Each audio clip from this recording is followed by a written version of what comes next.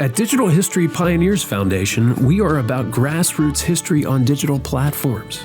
That means we are about podcasters, documentarians, YouTubers, and even TikTokers. All of these creators are out there trying to share their love of history with the public. They don't need ideas, they need funding, both from viewers and corporate donors. DH Pioneers' initial funding focus is on the Civil War era, with a special emphasis on the Addressing Gettysburg podcast. So be a vital part of the unique content Addressing Gettysburg has in store by donating at dhpioneers.com and help bring your love of history to the people. Digital History Pioneers is an IRS Section 501c3 approved charitable corporation that makes any donation tax deductible to the fullest extent of the law.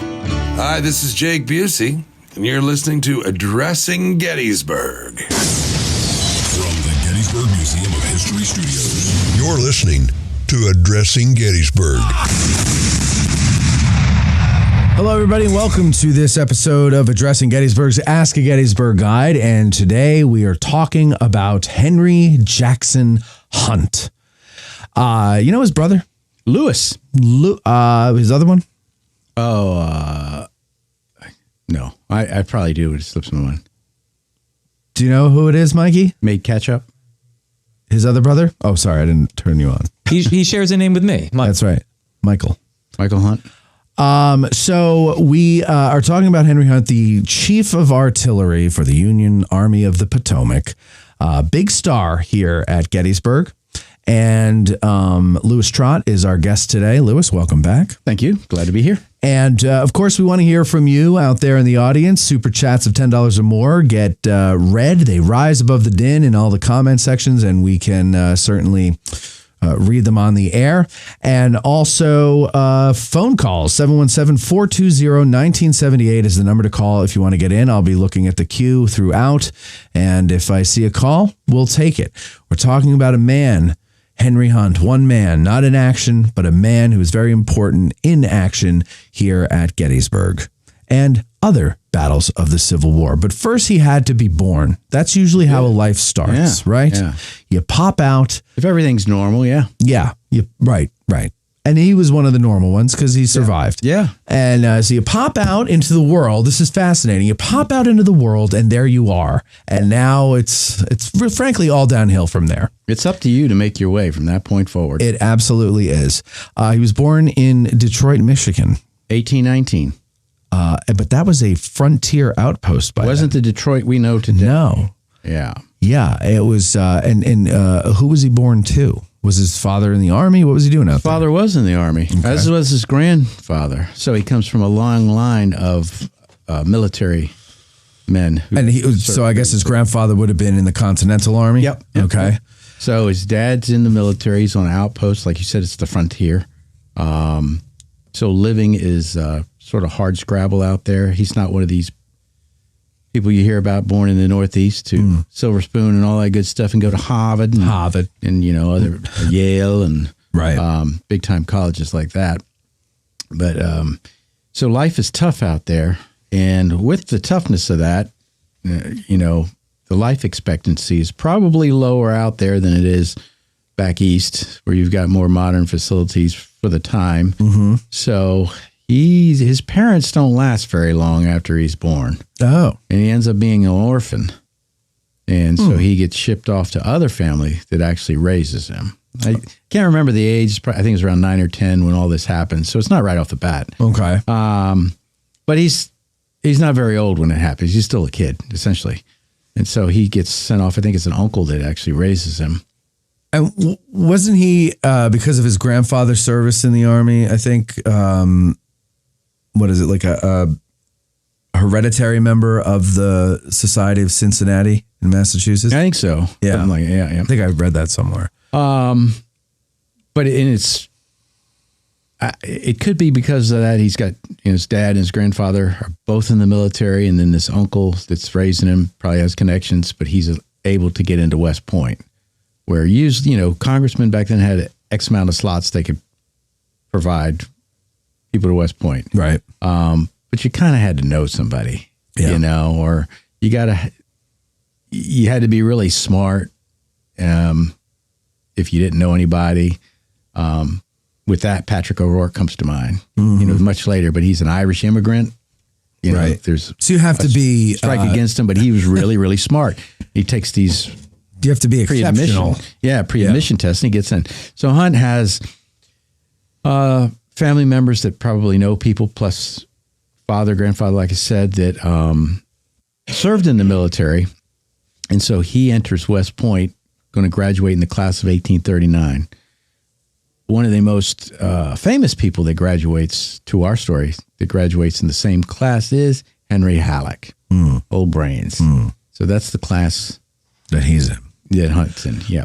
When he was a kid, I believe it was before, he wasn't even 10, and his father had to go to Kansas on an expedition to, I guess that would eventually lead to Fort Leavenworth. Yeah. Yeah. So I can't imagine that, going from Detroit to Kansas back then as a little kid. Yeah, and that's where I think he's moved out there further west when his mom dies and stuff, because he's moving a lot. Yeah. From post to post, but yeah. So does he when he gets old, how is he as a cadet at West Point? He is a demerit machine. Oh, really? Like a Custer type. He collects demerits like they're prizes. Really? But never enough to get booted. But he does pretty good. He's very efficient at collecting demerits. So he's not the most, I don't know. I don't want to use the word studious, because he's a smart guy, but he's not following the rules. Is he like a prankster like Custer, or is he's doing stuff that he's not supposed to be? Maybe go off and get some alcohol or something. He's late. He's not very good at having a very wrinkle-free uniform. Okay. So, you show up for inspection. It's like how my shirt is not very dog hair free. You've got a very Henry Hunt-like shirt right now. It's perfectly fine with him. Right. He doesn't care. Yeah. And, there's something to be said about that, because what matters is your performance. Right. When you're the real deal, it doesn't matter how you dress. Yeah. So when you're in a school environment, you got to follow the rules. But he's not into the dress and all that pomp and circumstance. Yes, there you go. But he's collecting demerits left and right. So but never enough to get disqualified from the school. Okay. So he graduates West Point in 1939. Yep. I'm assuming second lieutenant like everybody else. Yeah, artillery. Artillery. And he's going to be a career artillerist. Yeah. So he loves the artillery.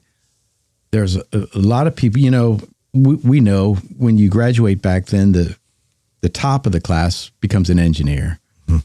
And that's a twofold thing. It's prestigious in the military at the time. And if you don't want to stay in the military, you go out and make a ton of money for the railroad or something, building bridges. And then next is your infantry. And those guys, if war breaks out, they're going to get the rank. And then you got artillery. And then the cavalry's in there too somewhere. So it's because of where he graduates, he's not going to be afforded the top two. So he's an artillery guy, but he becomes a lifelong artilleryman, and he loves the artillery. I believe his father was an artillerist too. Okay. So it's in the family. Yeah. So I'm assuming then he goes and fights the Mexican War. He does. He's there, and he's in action at different points. It's nothing, no big stories like charging Chapultepec with Longstreet and Pickett and all this. Right. But he is promoted in those actions. Yeah. He is promoted to major at Chapultepec, though, isn't he? Maybe brevet. Yes. Yeah. Brevet. Yeah. I think it was captain. Yeah. At, I forget where, Churubusco maybe, and one other one. Yeah. Because if I remember correctly, at one point they're trying to get to a certain spot down this alleyway, not an alleyway, but a roadway or something. It was blocked by the Mexicans, and he brings his cannon up and blows that away and clears the path for the rest of the army to go through and accomplish their objective. So he is instrumental in certain places. But it's, he does a good job. Yeah. It's nothing crazy, but he does a good job, and he does his job. One thing I read that I thought was interesting was that he was a member of the Aztec Club. Yep. Which is like, VFW, American Legion type of thing, or GAR. But I didn't realize they did that prior to the Civil War. For some reason, I had it in my head that like the GAR, the Civil War is the first time that we started doing that, but that's not true. No. But that was for veterans of the Mexican War. Yeah. Club. And then, of course, in case you couldn't figure that out. The GAR is a much bigger organization, and that's why we go there and stop. We don't go further back. This is the GAR is the big one. Right. And then we got VFW, like you said, American Legion and such. So he goes with his dad on an expedition that ends up leading to the founding of Fort Leavenworth. And then in the 1850s, I think, he is assigned to Fort Leavenworth. Yep. And he's there and a bunch of he's bouncing around. And he ends up down at Fort Monroe as well. And while he's down there, he meets his first wife. Mm-hmm. And they get married, and then they go out to the frontier again. And he has 2 kids. But his wife gets sick, kind of like his mom, although I don't think his mom got sick from the childbirth. I think his wife, though, doesn't recover fully from the second birth. And then she's going to die out there because of the conditions. So the kids have to come back. They're going to be raised back east with his in-law family while he's still going off doing Army stuff at these various posts. So he has to leave his kids behind. And they're down in the Fort Monroe area. You know, I'm saying all that to say he has spent a considerable amount of time in the South. Not deep South per se, but the South. He's familiar with the Southern environment. And he develops a respect for Southerners and their environment. Not slavery, don't misunderstand or misinterpret. Right. But just the Southerners, the way they conduct themselves. And jumping forward, he does end up being a Democrat in life politically. And, you know, we know they're more inclined to empathize with the Southern way of life, to exclusion of slavery, of course. But he is, like I said, he's very empathetic with them. He likes their way of life. The Southerners he meets and befriends, he is friends with. Beauregard's one of his friends before the war. And that comes around later in life and plays into certain events. I don't want to jump ahead. Okay. But he develops this reputation, for better or worse, of being, and I quote, Southern sympathizer. Okay. But it's because he's spending that's where he's living at the time. That's where the Army has put him, along with being out on the Western frontier. Didn't Sherman kind of have a respect for them too from his experiences down in the Probably. South? Prior to burning it all? Yeah. Yes, Mikey. No, we had a question that's kind of relevant in the chat to what we're talking about now. Did Hunt ever serve with Robert E. Lee, Lewis, before the war? They're down in Mexico together. They're briefly in the neighborhood of each other. And so they do communicate before the war. And it's in Mexico. So, yes. Okay. Good question. I came in here with no notes today. I had a tour today. So all the intimate details of that don't spring to mind right now. Maybe later it will. Could be, but the more important stuff is stuck in my mind. So. Okay, good. So, where do we leave off there before that? He's gotten married, has 2 kids. Oh, there you go. Yeah. Wife dies. So he's a widow now, got 2 kids. They're sent back to the East. They're living with his former in-laws, that family. And he is still doing his thing. Now, before the war, shows you how smart he is, he co-authors a manual on artillery instruction. And this is the manual that's going to be used throughout the Civil War to train artillery soldiers. And so on both sides. Yeah. Yeah. He's come up with this, and like I said, 2 other authors, I think it's 1 or 2, come up with a method of efficiently training artillery soldiers so artillery batteries perform better in the field.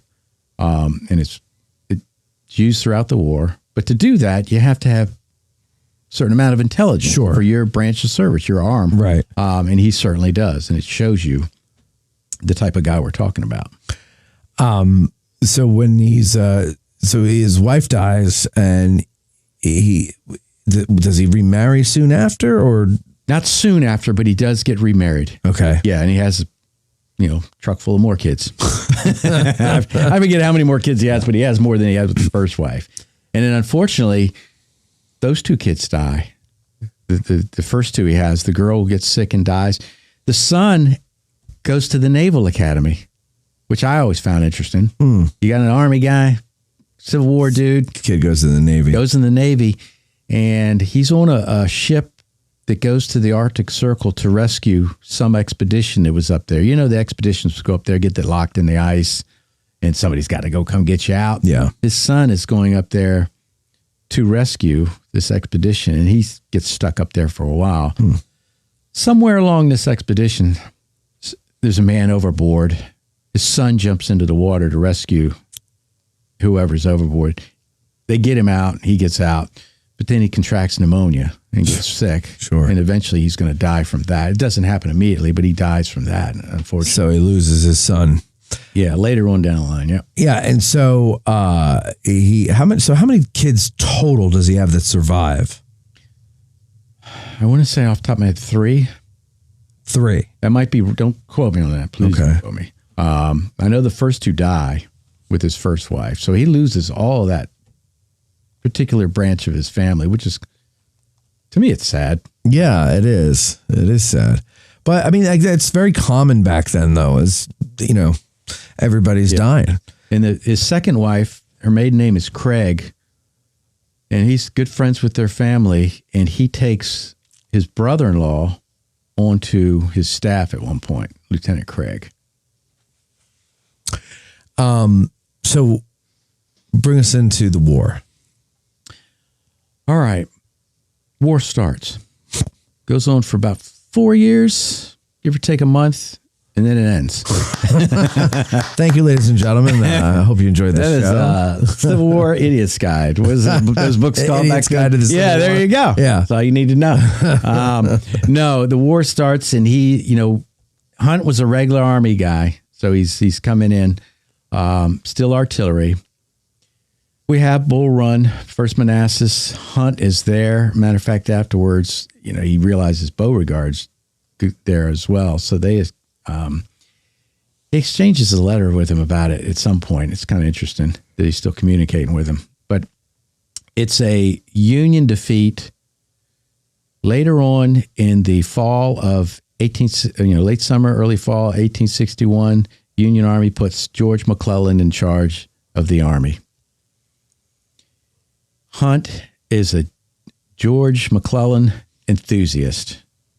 I would say fan, but you know who broke me in that? Pete Carmichael. He said, "Don't say fan. It's not a sporting event." Yeah, thank you. Say enthusiast. I've tried to do that ever since. So Hunt is he's a disciple of McClellan, and he's going to stay a disciple of McClellan until the day he dies. McClellan is reorganizing the Army after the defeat at First Manassas. And part of that reorganization is the artillery. He's going to put somebody in charge of the artillery. And who is that? Not Henry Hunt. Oh. It's a Major Barry, William Barry. Who's the guy in second in command? Henry Hunt. Okay. So Hunt is under Barry. And this is the time when they start organizing the batteries as they're going to be organized, these 6-gun batteries, and creating an artillery reserve. And this is also the time that they standardize the batteries to 6 of the same pieces because it's more efficient. And so all this is coming about. So they had a hodgepodge like the Confederates prior. Yeah, to? everything was hodgepodge. First Manassas. Yeah, That's why it's kind of a wreck. Right. But and this is coming under Barry and Hunt. So it's not just Hunt. People need to realize he's not in control right now. So the Oregon, McClellan is famous for many things, not fighting when he should and being slow and what have you. But what he does do efficiently is reorganize the Army. And he does this a couple different times and get it into fighting form.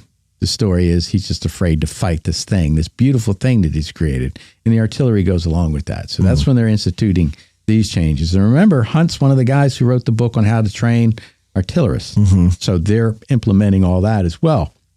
So they can get the most use out of the artillery arm. So yeah, I heard, actually, I didn't hear this. I just, two things I want to, before we go too far away from a previous question from 6 questions about Hunt knowing Lee, Mike added to your answer that he served with Lee in New York City also when Lee was helping to build fortifications there. And they would attend church services together. And he says, in fact, they developed an inside joke between the two of them about the service.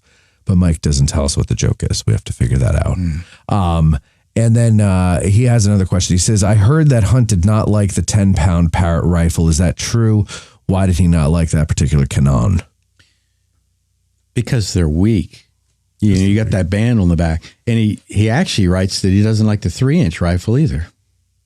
For the same reason or no? Can't be the same reason. And I forget the quote, but he makes it. I think it might be in the Battles of Leaders articles, but he writes that he doesn't have any real use for the 3-inch rifle. They all like the Napoleons. I was going to say, the more I learn about artillery, while the distance of a rifled piece and the accuracy is maybe more impressive, if I'm on the defensive, I want a Napoleon. You want both. And we'll get to that. Okay. With Pickett's charge. Yeah. Okay. You want both. You want long range and then sure, that makes sense. Range. I understand that. Yeah, sure. And the killing power with the canister and, it's firing that giant ball is greater with the Napoleon. A lot of people didn't like the Parrott guns because the breech area would explode on the crack, and it's just a weaker gun.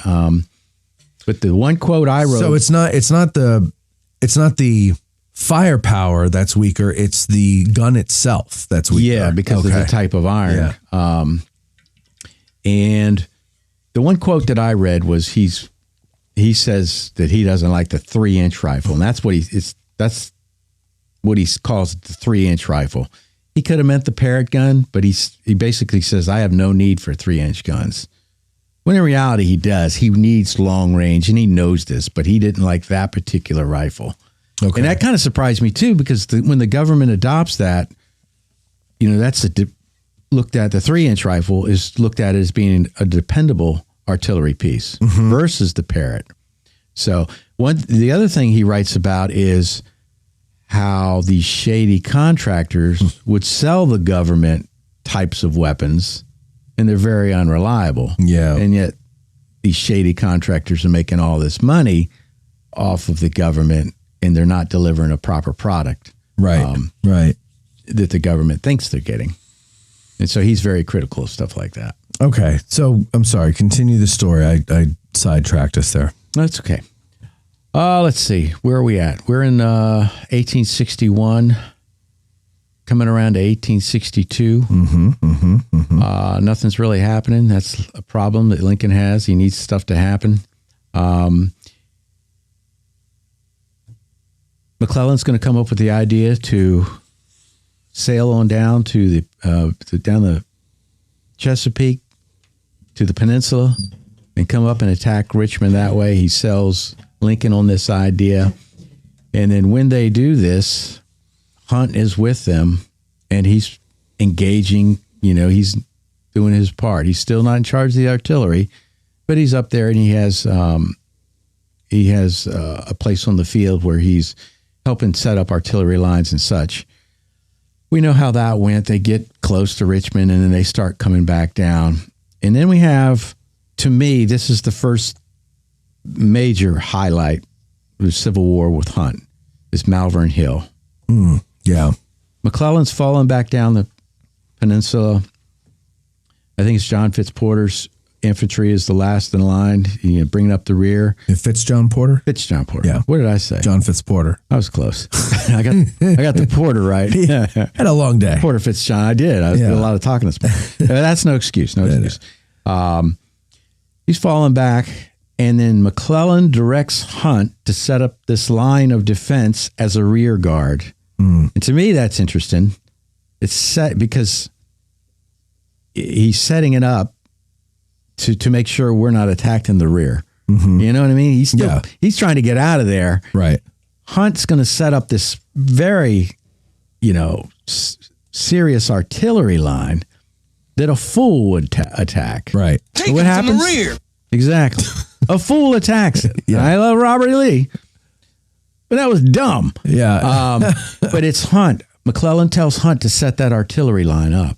And Hunt is seen going along the line, make sure all the guns are in place, setting up that artillery line. And, that's a disaster for the Confederates when they attack.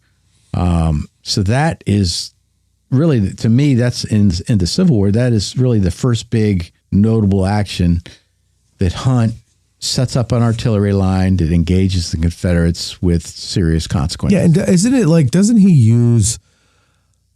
has like 60 guns or something under his command, but he uses them as like one battery, right? Or something like that? They're lined up pretty much hub to hub, I think. Yeah. And, and they got the high ground. It's foolish to attack. Yes. It looks foolish. Yes. And then I remember reading that the artillery had done so well at Malvern Hill that the infantry didn't really have to do much. No, they had just done such a good job at there's infantry there because Porter Fitzjohn is there with no. His name changes every time. I did that one on purpose. Yeah, I figured. But yeah, that's artillery against infantry, and it's not good for the infantry in that case. So that happens. McClellan gets safely off the peninsula, and now what are we going to do? We got to do something. And then you have, at some point around here, William Barry decides to leave that position. He's not told to. He decides to leave the position and go to Washington to be some sort of administrator, still in the artillery arm, I believe, but that in charge, the commander of the artillery now is vacant, and that's when Hunt is put in charge. He's commander of the artillery of the Army of the Potomac by George McClellan, and he's given operational control over all the artillery. You're going to have 2nd Manassas, and then you're going to have Antietam. Nothing notable happens that I can think of with those two. Wasn't he promoted after South Mountain? Hunt? Could be. I think he was. I think he was. Mikey, do you know? No, I do not. I'm doing terrible on this guy. No, I mean these are odd things that I'm throwing out there. Yeah, I tried to get all the Gettysburg stuff down in my mind. Like I said, I didn't bring any notes. Well, that's all right. We can get to Gettysburg then. No, I'm still working my way, because then we know after Antietam, McClellan's relieved, right, and Burnside's brought in, and Burnside still has him in control of the artillery. And he's going to set up that long line of artillery on Stafford Heights that's going to be throwing shot and shell into Fredericksburg when they're trying to build their pontoon bridges. Yeah. And, it just gets progressively worse, the fury of the cannonade, because every time these engineers trying to go out and complete these bridges, you've got Barksdale's brigade shooting at them. So they keep trying to blow them out of the thing. And I think it's Hunt that suggests, hey, let's take some infantry across over there, and we'll cover them with artillery and let them go and root them out. So eventually they root them out. But the bigger point is Hunt is in control of that artillery line. Burnside still has him in control of the artillery. Fredericksburg is a disaster, though. Just the way the attacks happen and such. Mm-hmm. And then he gets relieved, Burnside does, and then Hooker comes in. And this is where things change, not for the better, for Hunt. Oh. Hunt is de-operationalized, if that's a word.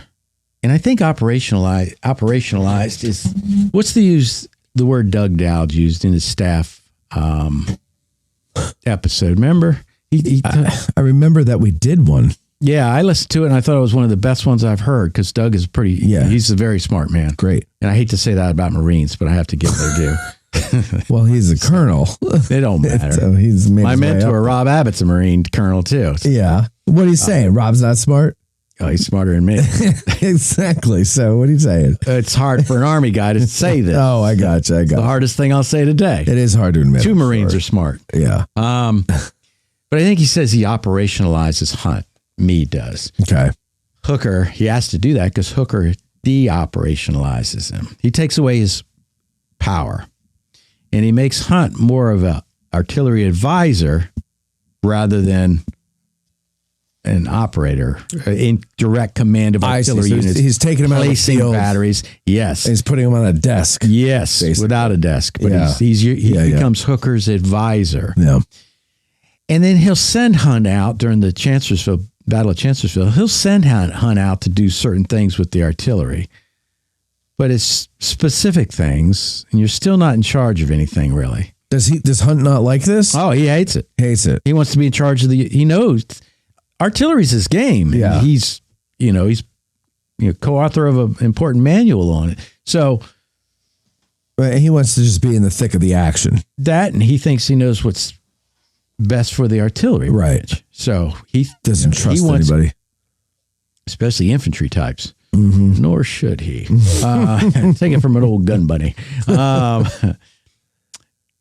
He's used to, since he was put in charge by McClellan, and he's seen how Major Barry was when he was in charge of the artillery. Mm-hmm. So he's been under his tutelage, and then he gets moved up. He knows how important it is to have one person in overall control of the artillery branch. Mm. And when Hooker takes that away, he is very distressed. Okay. And let me point this out too. So he wants one person to control all the artillery. The other thing he keeps harping on, and he's going to harp on it more, and if you read his OR from Gettysburg, at the end of that OR, he harps on it again, is the lack of field officers in the Union artillery. In other words, here at Gettysburg, you have a brigade of artillery with each infantry corps. Colonel Thomas with the 5th Corps and Colonel Wainwright with the 1st Corps are the highest ranking brigade commanders. Right. And then you got a bunch of captains. The lieutenants. You got Lieutenant Muhlenberg. Lieutenant Colonel McGilvery with the reserve. You got a bunch of captains and lieutenants. And he's saying in an infantry unit of the same approximate size in comparison, you'd have at least a colonel or brigadier general. Yeah. And So the artillery's not getting any of those because you don't get promotions in the artillery. That's why a lot of people transfer out. So an artillery brigade in the Union Army is how many men? Now you're killing me. Sorry. Is it a few hundred? Are we at 1,000? Where are we? Like on paper at start of everything. So you got around 100 in a battery. No, that's not right. It's less than that. I should have brought my book in here. Mikey, you got it. You have your lay note book, Matt? No. It's in the bookshelf. Yeah, I can't think of that right now. The one with the Irish Brigade monument. And on I it. meant to look at that before I came in here too. In the hallway, Mike. You got that little book by Stephen Floyd? It's got the order of battle in it. I don't, but I have Gettysburg by the numbers. Check it out. That's the number we're looking for. Yeah, we are looking for a number.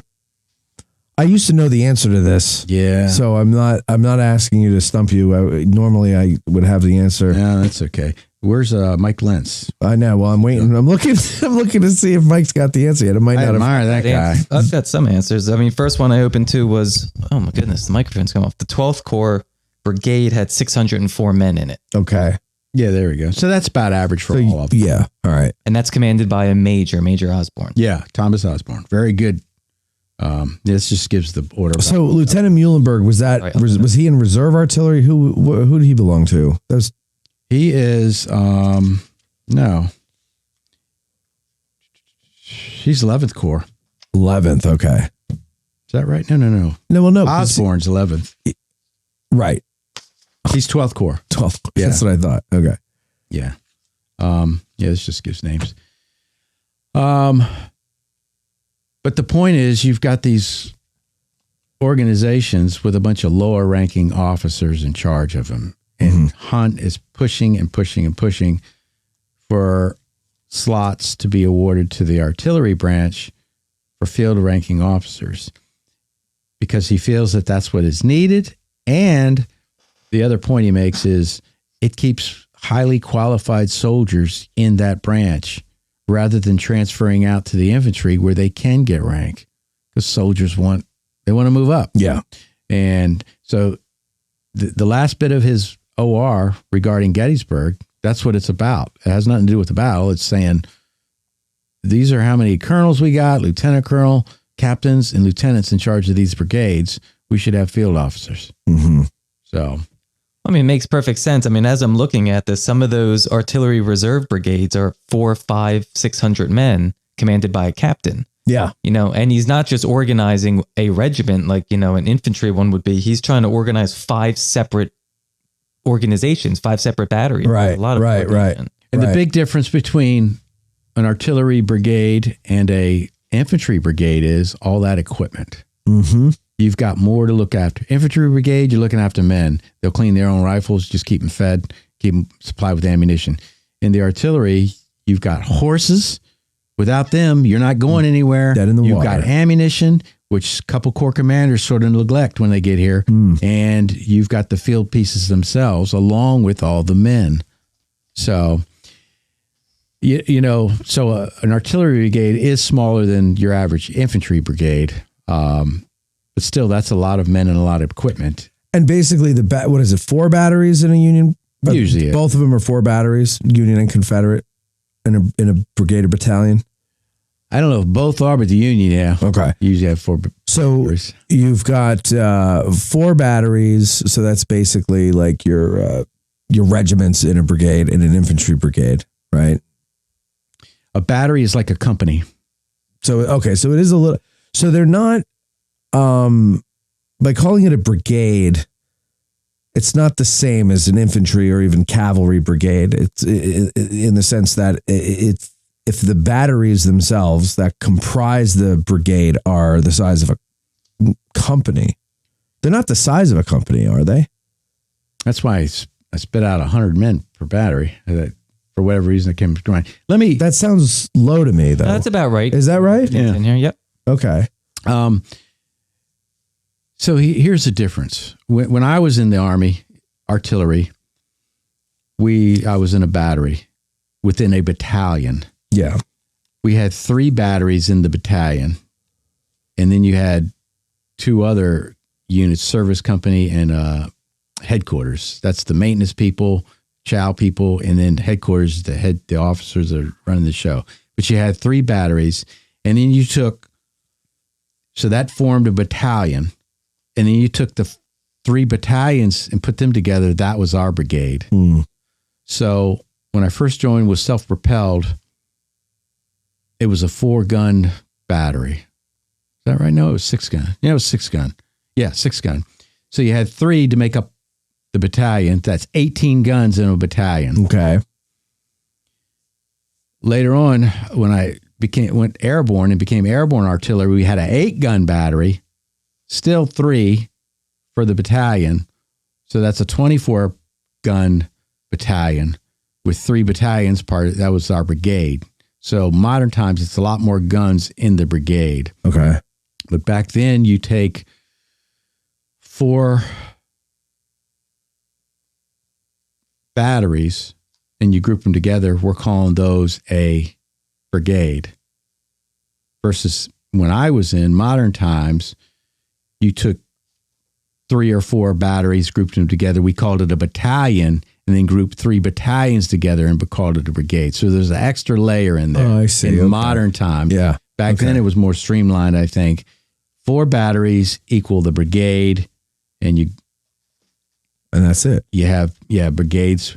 The big thing is you had a brigade for each Union corps. Right. And then you had this big reserve. Right. Full of other brigades. Yeah. I think there's 4 in there as well. We know. I think that's right. We harp on McGillivray, because they see so much action. Yeah. And so that's who we naturally go to. But there's 2 other. Taft was is Taft, Ransom, and who's the 4th guy? McGillivray, Taft, Ransom. Tidball? Fitzhugh. Fitzhugh. Yeah, Fitzhugh. Yeah, and by the way, most of these I'm looking at here have 5. There's a few with 4. The 6th Corps Brigade has 8 batteries. Wow. And they're the least used. Huh. I'm just looking here. And then you got the horse artillery. Yeah, I'm not counting it. You don't care about that. Yeah. Well, I care, but just not for today. Okay. But and then they've got here's the artillery. You know, because they're different. Everybody's on a horse. Mm. They're not. Do they still fall under Hunt's overall command if he's chief? Good question, Michael. That is a good question. I think because they operate so far away from him, he never, whether they fall under him or not, he never takes operational control of any of them. At least not at Gettysburg or ever in the war.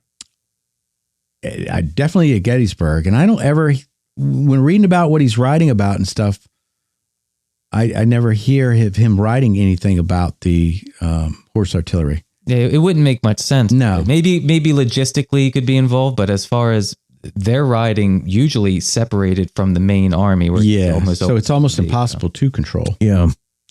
So that would be Robertson, and Tidball is the brigade, the 2nd Brigade commander of the horse artillery. And Tidball served under Hunt previously in the war. So Hunt is very familiar with Tidball and had a high respect for Tidball.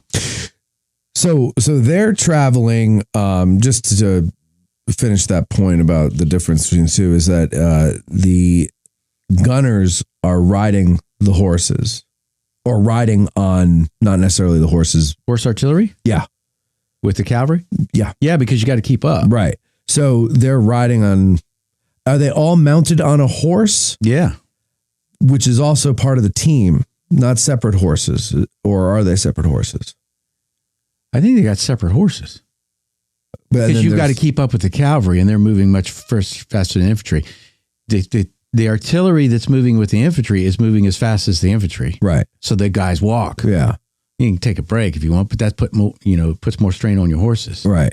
So when you're pulling the horses into place, somebody's riding the horses. The lead horse. Yeah. Because you got to get it to go the way you want. Right. But for the cavalry, I imagine somebody's probably riding on one of the horses pulling the gun to go the right way. But the cannoneers that are going to operate the gun, for the most part, are on their own horses because you're moving much faster. You got to move at the pace of the cavalry. Right. That's interesting. Okay. So, all right. So now, where do we leave off? Hooker has made Hunt an advisor. Chancellorsville does not go well. And the Gettysburg campaign is going to start early June. Everybody knows that. Mm-hmm. And they're moving up here. Hunt is still in this area that he don't want to be. He's still an advisor. Nothing has changed as far as his status. And then on the 28th, the Union Army gets a brand new commander, George Meade, down in Frederick. We all know that too. Heard of that guy. This is when things change to the better, and this is when we have things that start happening that really last until the end of the story. Meade's going to get the army moving up here, looking for the Confederates, keeping them out of D.C. and Baltimore. And on the 30th, General Meade's at Antietam, Maryland. And he is going to send Henry Hunt to go scout out this possible defensive line and to see if it's any good. And that's Pipe Creek. Now, when he sends Hunt down for that, does he also send Warren? Or is it just, he sending Hunt because he wants to know if I think it was a good place for artillery? Yeah, part of the defense. Like, in other words, if it's not good for artillery, it's not a good defensive position. Could be, but he either way, he trusts Hunt's opinion. Okay. I don't think he sends Warren. I mean, because I could be wrong. Warren's his chief of engineers, You would think so he you would would, think yeah. that he would want both of their opinions. He could. I just can't remember that either. Okay. Do you remember, Mike? No. I don't either. Horrible. I should take off my guide. But to me, it's really interesting. He sends Hunt, so he has a high opinion and trusts Hunt's judgment. Something that nobody ever really says it, but given the way he's treated by Hooker, General Hooker doesn't necessarily have such a high opinion on Hunt, Right. because he's stripping him of power. Right. The opposite's starting to happen. And, he goes down and inspects the line and everything. And then when he comes back and joins up, and this happens morning of July 1st, when he comes back, joins up with Meade. Meade is headed towards Gettysburg. So Hunt's with him. And they get here late at night. When they get here, Hunt, Meade asks, great place to fight. Yeah, it is. But then he's going to inspect his lines. And this is where things turn for Hunt. Meade tells Hunt, ride the line and pick out good artillery places. Pick out the places to set up the artillery. That is operationalizing Hunt once again. Mm-hmm. There's no formal paperwork. You're it now. You're back in charge. But by giving this directive, in Hunt's mind, I'm now in charge again. He's telling me, ride the line, what will be our line, because it's not formed yet, and pick out how we're going to form our artillery. So specifically do that. Not how we're going to form the reserve artillery, but how we're going to put our core batteries in place. Yeah. He's not talking about the reserve. So is Meade is basically saying you're back in charge of, or you're in charge of all the artillery. That's the way Hunt's taking it. Okay. That was my question. Is Meade actually saying that, or is Hunt interpreting it that way? Because if I would interpret it that way, if I'm told go find where to put all the Corps' artillery. Yep. And I've never seen anything, and there's no, you have orders for a lot of things in the OR, especially. There isn't an order in there from Meade saying, I'm now placing you back in charge. Yeah. By this directive, because Hooker would never have done this. Hooker would allow his, and let me back up. Under Hooker, he placed artillery under division commanders. And that, to me, is key. So he strips Hunt of the power he once had vested under him, under McClellan. And not only does that, he says the division commanders within the Corps can control their artillery. They're the ones that are going to give operational direction and instruction. And then fast forward to Gettysburg again, by Meade saying, ride our line and pick out good places to place our artillery once everybody's arrived. He's saying, you're in charge of this artillery. But there's no written order that I've ever seen and that Hunt's ever talked about. As a matter of fact, he falls back on this when he's defending what he does at Gettysburg. Meade put me in charge. He's telling me to ride the line and figure out where we're going to place all the artillery. If I'm not in charge of all the artillery, why is he telling me to do that? Mm-hmm. So Hunt takes that and runs with it. Good for him. So and it works out for under Union. McClellan, Hunt is in charge of all the artillery, and it's not attached to corps or divisions? It's attached to them. Okay. But he has operational control. Okay. And he's in charge of, what he's directly in charge of is the reserve. Right. So, okay. He's got that. He can do whatever he needs to do with the reserve, but then he can go along to the different corps and say, hey, this is what we need to do. What do you think is the more effective, the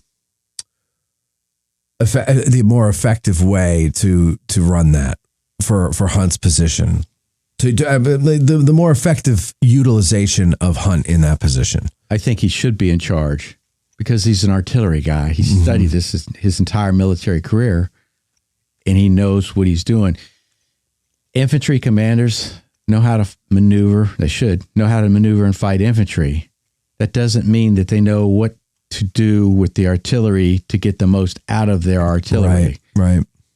And then they'll probably order them to do something that an artillerist would know you don't do, but they have to follow an order. like waste all your long range ammunition when you know the infantry is going to charge you in a few minutes, something like that. Yeah. They just, Hunt knows how to place artillery, and that's something, the first thing you got to be able to do is know how to place it. And if you don't put it in the right spot, your fire is not going to be as effective as otherwise. So that's what Hunt brings to the table. He knows how to place it. He knows what it takes to keep it supplied with ammunition. And he knows all that, the logistics behind the scene as well, versus no fault of their own. But the infantry commander's worried about his men. What are we going to do with these men? And where are we going to put them to make sure our operational plan comes to fruition? So there's just a different training and different mindset to me. To go back to the Pipe Creek question, 6 questions says Humphreys and Warren are sent to check out a Pipe Creek line with Hunt, and Rich Snyder confirmed that. So Thank there we you. go. I rely on the smart people in the world. See, it doesn't matter who's sharing the information, ladies and gentlemen. It's just that we're sharing the information, right? Yeah. And what is Humphreys? He's a man. He's a trained engineer. Oh, he's a trained You engineer. know who doesn't ask him for help? Dan Sickles. Oh, yeah. Yeah. Oh, yeah. That's a whole other ball of wax. It is, and I get tired of it. Old Dan. Yeah. It's tiresome at times. There's 150 some odd thousand human beings who were here at the Battle of Gettysburg, and we tend to talk about the same 5 or 6, don't we? But he has such an impact on the events. Sure. So that's why. Sure. It's fun. He's an easy target. He is an easy Thanks, target. Mike and Rich. Yeah. Okay, so Get by with a little help from my friend. so now is this order from Meade a cause for any headbutting between Hunt and Corps commanders? It will be. Mm-hmm. It will be. Not at first, though. No, because nothing's happened. Okay. So they arrive here on the evening of July 1st. Hunt's riding the line. Meade's riding the line too, and he's got the guy riding behind him drawing the map and trying to figure out how they're going to place the rest of the army once they arrive. But Hunt is specifically trying to figure out how they're going to place their artillery once they arrive. So early morning, July 2nd, the 2nd Corps is going to move into position along the northern portion of Cemetery Ridge. The 3rd Corps is going to arrive, and they do what they do. With both of these corps, when they arrive, they do so without their artillery train. In other words, they have the guns and the ammunition that are required coming along with the guns. Yeah. But all the extra ammunition in their artillery train that they also have, part of their, the wagon trains that hold up everything, they don't have those. So they don't have all the ammunition they should have. Okay. Later on in the day, the artillery reserve is going to arrive. They're under Robert Tyler. He's Hunt's in overall command. Tyler is in charge of the artillery reserve. And that's those 4 brigades that we talked about when we talked about the different brigades. So they arrive. Unbeknownst to George Meade and anybody else that's in charge, Hunt has created the special ammunition train with 20 extra rounds for every Union gun in the Army that they bring here. Huh. You think that comes in handy when 2 corps don't bring up all their ammunition when they get here and this battle breaks out. Right. And so who are they going to look to? It's old Henry. Old Henry. And because of all that, the way things turn out, I think that's one of the most important things he does. He might not know it at the time, but again, it goes back to the difference between if you're an infantry commander, what do you know or you should know? Infantry tactics, how to fight your men. When you're strictly an artillery officer, you know artillery. Hunt knows that we probably, if we have a major battle up here, we're probably going to use some extra ammunition or could use some extra ammunition. That's why he has the foresight to bring this extra train. He cobbles together on his own. Again, Meade doesn't know about this. He's done this on his own. Right. Secretly to bring up here. He probably does it because he doesn't want to ask and get told no. Right. So do it now and ask for forgiveness. Exactly. Yeah, That's the best way to go, I find. Yeah. What? 717-420-1978 is the number if you want to call in with a question, or even if you have a point to make or an extra piece of information to share. We just want to hear it. Or BR549 if you want to buy a car from Junior Samples Used Car Lot. What's that from? Hee-haw. Oh, God. I remember Hee Haw. Well, I did It was too. in rerun when I was a kid. That was But the first run. Yeah. I caught it live. I always remember Junior. He talked a lot slower. what is that? Minnie Pearl, the woman with the hat and the tag still on it? And I was fascinated because there's a character named String Bean. He lived across the street in real life from Grandpa Jones. And String Bean got murdered because people always thought he had cash stuffed in the mattresses and in the freezer in his home. So somebody went Because there, he was on TV?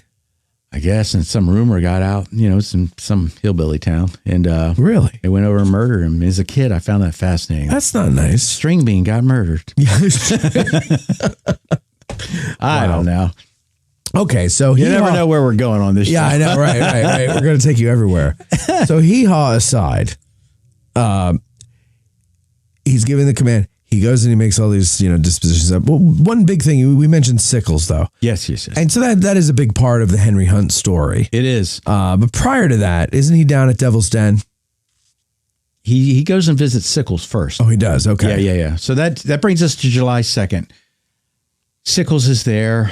Meade says, occupy the place where General Geary's division previously occupied. Geary's division moves out early in the morning. And Sickles, whether he knows where they were at or not, he tells, they weren't really anywhere. I'm sorry. I'm laughing because I just looked at the comments and Rich Snyder says, String Bean's murder was very tragic. It just sounds so funny when you say String Bean. I'm glad there's somebody that knows who String Bean is. String Bean. Okay, go ahead. And Lulu, the big, large Marge on there. So Sickles says he doesn't really understand where Gary's division was. And that's the lowest part of the ridge. I tell people that are just here on a regular tour, the line Sickles is supposed to occupy is problematic. There is a wood lot to the east, or excuse me, the west of what is now the road going up the way. And Plum Run ran up through there too. So that area along that wood line, just north of the Weichert farm there, is marshy. It's not the best, but you can do things to mitigate that. You're being paid a lot of money to be in charge. For once in your life. But so look, what was there? Because now you drive down Sedgwick Avenue and there's the old woods that have been there for as long as I've been coming here. But now there's the regrowth of what was cleared 20 years ago. In between that and the road, which is going to obscure the view even more. Yeah. But what did that area look like to the west of Sedgwick Avenue at the time of the battle? What was Sickles seeing? I think there's a tree line there, maybe not as thick as it is today. Okay. That we can still see that looks very thick. Yeah. But between Sedgwick Avenue and that tree line back then, I just think it's a field. It's probably got big rocks in it, but Plum Run runs up in that area. Yeah. So it's a marshy area as well. So this is something I never really asked anybody about when we talk about this, but I've always wondered it. Now, that ridge line where Sickles was supposed to be in certain areas is not particularly formidable. But if I'm there, I've got my infantry behind some kind of a wall or whatever kind of fortification I can put together. And I've got my artillery on the highest ground around me, which is still going to be higher than the infantry. That marshy area, those woods, they're going to slow the Confederate advance, and I can fire my artillery into those woods and knock some limbs down on whoever is in there. And then there's another, because as I recall, that field that's now full of saplings and is about to be woods again is kind of marshy still there, isn't it? It's Probably. I haven't walked out there in a long time. I seem to remember it was. I could be mistaken, but I've been out there a couple times when it was a clear field. And I feel like it was not always marshy, but like had a propensity to flood or just get soggy if it rained a lot or something. Up through there. Yeah. But I'm talking right off the road, that field there. Oh, yeah. Because And it's low. It's the lowest point of the ridge. So any rainfall is going to drain into that area. Right. Yeah. It's going to settle there. Yeah. So I'm thinking that's a perfect quagmire for whoever's coming at me, at least in that sector of the line. Before they even get within effective musket range, I could start tearing them up with my artillery in the woods. Yeah. And on a smaller scale, that happens, not with artillery, but this quagmire at the southern end of Stony Hill.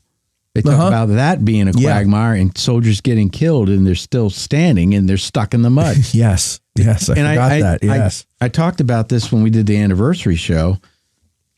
If you occupy that line, you just, in the neighborhood of where the road is, because it gets higher as it comes to the east, you put up a few cannon and load them with canisters. So anybody that does break through the quagmire or the tree line, they're not moving very fast. Right. They're sitting targets for you. Right. And there's no way they're going to have enough momentum to get back to your gun. So Sickles certainly could have mitigated the problems along his line. It's a very uneven line, too. You got Munchauer's Hill right there that's big before you go up to Little Round Top. And then, again, you got that wood line. The Weichert house wasn't there at the time. That's not the original house. Right. Which George or John? John. Okay.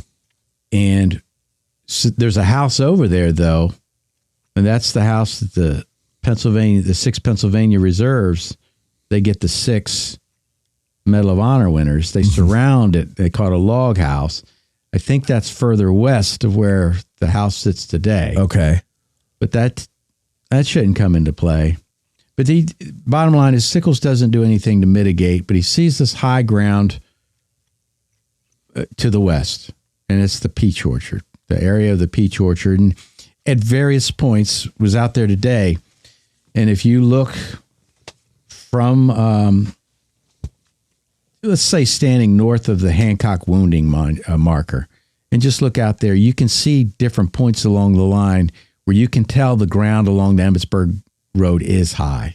And then sometimes it just flattens out, and then it gets high again. Peach orchard is one of the most prominent. And like Mikey mentioned before we started, when Sickles' men are arriving, they're coming up the Emmitsburg Road. They've already, Sickles has already seen this firsthand, so it's not new. But he wants to move out there, and he keeps talking, sending messages back to General Meade. General Meade sending his son down there to talk to him, and eventually Meade is going to send Hunt down to see what all the conniption that Sickles is having. And he rides out there, and they're sitting presumably in and around the peach orchard, and basically Sickles says, "This is pretty good, huh? Is this not good? Free peaches right here, a nice artillery platform."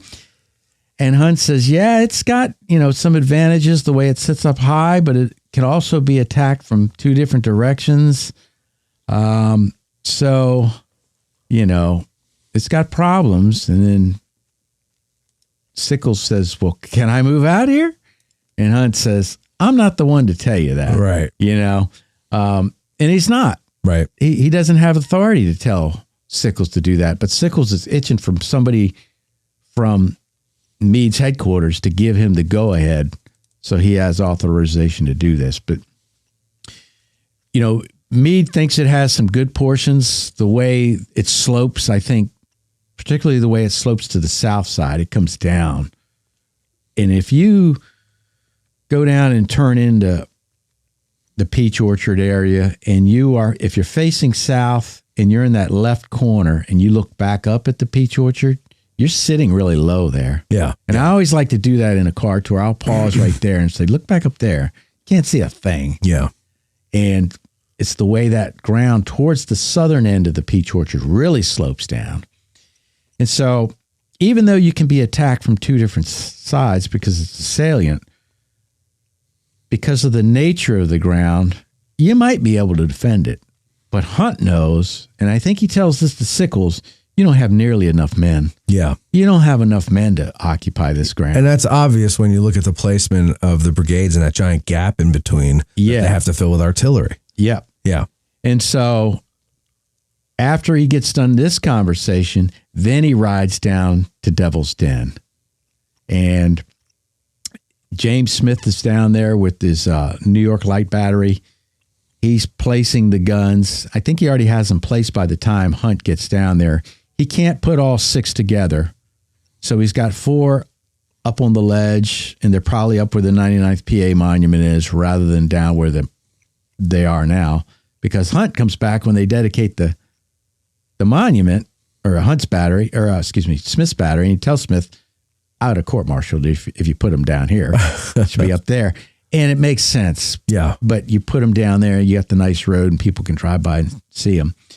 But he puts those 4 there, Smith does, and then he has to put the other 2 behind his left rear, covering that valley. Yeah. Plum Run Valley. The opening where the road goes through, where the parking lot is. Yeah, and eventually the Behind Devil's 40th Den. New York, the Mozart Regiment is going to come down there. Yep. And plug that gap.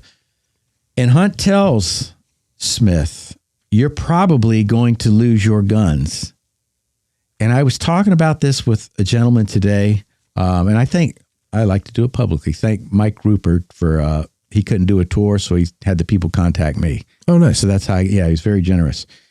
But I was talking to this gentleman today, and we were talking about Weir and Gillian Weir's situation after the war, and he ends up killing himself, but he spends the rest of his life after the battle worried about his guns being overrun. Yeah. And he gets them back. Right. They're not captured. Smith loses 3 of those guns up on Devil's Den. The 4th one is disabled, but 3 of them get pulled away, and they're using probably on the 3rd day by the Confederates because they're replacing some of their damaged cannon. Right. But Smith doesn't seem to have any problem, as far as I know, after the war with this. He's lost 3 guns. Right. But Hunt tells him, you're probably going to lose these guns. And that's a big deal. To have the artillery commander say this, that sort of gives you cover for the rest of the Yeah, right. And it's unfortunate that we're a regular Army soldier and, Hunt, Warren, Weir, they're all regular Army soldiers that after the war, they fought various demons for various reasons. They could not let it go because the honor that they had, they feel has been impeached, and they can't let it go. Yeah. And to me, it's different than a Joshua Chamberlain. I'm just throwing his name because he's a volunteer. Right. Right. Maybe your sense of honor might be a little bit different because you're not a career officer. Yeah. And it just struck me. Hunt tells Smith, you're going to lose these guns. And he loses 3 of them. Then it gets interesting. When he's about to leave, because the firing has started, Smith's battery are firing on the Confederates that are leaving the wood line. He's got a beautiful field of fire that you wouldn't know today because there's so much stuff in the way. Firing started. Hunt's horse is down on the other. I don't know if it's on the other side of Plum Run, maybe at the base of Little Round Top, but he's got to get to it. He says he's got to cross the valley somewhere to get to his horse. As he's doing so, some longhorn cattle start to run back and forth in this area between Hawks Ridge and Little Round Top, Plum Run Valley, because they're spooked by the artillery fire. One cow gets struck and killed by cannon fire, and he's trying to get to his horse. He writes afterwards, 3 days of this momentous battle, that's his scariest moment. Trying to get to his horse while the cattle are stampeding. Mm-hmm. And who has a story like that? Yeah. I mean, that's your scariest moment. You thought you were going to get killed by a cow. It's just funny. Well, he must have seen the Cowboys with John Wayne. Yeah, I guess so. Yeah. He remembers that. He ain't running me over. What was the kid's name with the glasses that got... I picture him. Yeah. I can't remember his name. I was picturing the Lion King just now, where he's in the valley and the stampede's happening. That's what I think of Hunt every time I hear that story. Well, unlike you, I don't watch children's movies, Michael. Well, you're not Exactly. outside, Yeah, I don't know what you're talking about. That's The Lion King. I was too old when that came in. Weren't you? Yeah. I don't think so. 4 years younger than me. I mean, What are we, 26? Huh? We're 26, 27? Yeah, something like that. This is not a Disney show, Mike. They're right. We're not Disney that adults. So, okay. So he tells Smith, and he's going on his horsey, and then So the he's battle afraid again. started. Tramples. One of the things Meade's going to tell Sickles, I'll give you all the support I can to try to hold this line when Meade finally goes out to talk to Sickles. And that's infantry and artillery support. Meade is going to send for artillery support from the artillery reserve. And Hart's battery, Bigelow's battery, to name a couple, are going. Ames, they're all going to come down to help support Sickles' line unsuccessfully. Also, Lieutenant Colonel McGilvery is going to come out, and he's going to be instrumental in plugging the hole that is left because Sickles has moved out, and then Caldwell's division gets pulled from Hancock's line and sent down to the wheat field. So there's this gaping hole in the Union line now. Yeah. And what plugs that hole is this gun line that McGilvery sets up. And he's going to bring some batteries forward and also batteries from the Peach Orchard are getting pushed back primarily by Barksdale's brigade. And they're going to, as they fall backwards, they're going to try to reinforce this makeshift line that's right there south of the Pennsylvania Monument, Right. In modern times. So the line of artillery that is along Wheatfield Road between the Peach Orchard and On the left as you're going east. correct. Yep. Are any of those reserve artillery that were sent forward, or were those all part of Sickles' Corps? No, Bigelow. He's reserve. Yeah. John Bigelow. That's what I thought. Okay, so Next, Hart. Is he along that line? Captain Patrick Hart is reserve. But yeah, they're reserve. Sickles' artillery is up in the Peach Orchard and along the road, facing to the west. and then Smith's battery down on Devil's Den. Way down, Right. detached down to Devil's Den. Yeah. okay. So all that along the road is reserve, but they're all going to get knocked back. Bigelow's battery just gets torn to pieces. So He gets wounded. I'm surprised. I guess they didn't have enough guns or something to put anything up on Stony Hill, but I guess no, that wouldn't have made sense because Sickles didn't have any troops up there. Is that right? No. Right. No, because de Trobriand's troops are forward of that. And by forward, I mean towards the southwest. Yes. They're more towards the southwest. And I just don't think the way that ground there is, and that's, glad you said this. He didn't have enough guns for all that. Right. And then by the time the reserve shows up, they don't have time to get over there. Sure, It's that's too late. That's further down. But yeah, that really shows you the lack of manpower, just the placement of the guns. You've got a bunch of them in and around the the Peach Orchard, and then your other one is detached further to the left. Yeah. In Devil's Den. But that's also, not only is that a huge gap from de Trobriand's right up to the Peach Orchard, but the terrain there is tough because you really can't see each other. Yeah. It's right? very, as I tell people in the field, the further south you go, the land is really up and down a lot more. There's a lot more hollows. And like I said, you stand there in the Peach Orchard and you look south, that land slopes down. You got that tree line. Then it comes up to the Rose Farm Lane. And you can, just look at the Emmitsburg Road is where you can really see it, how the road goes up and down and stuff like that. It's following the land.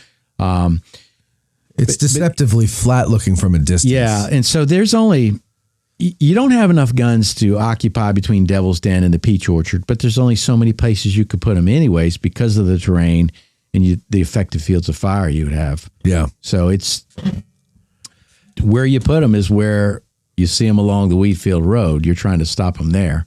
And the onslaught is just going to be too great between, Kershaw's coming in on the right headed towards the Wheatfield. And then when Barksdale hits, that's really going to unlodge everything and push it back. Bigelow's guns get overrun in time. The problem is all the horses get killed.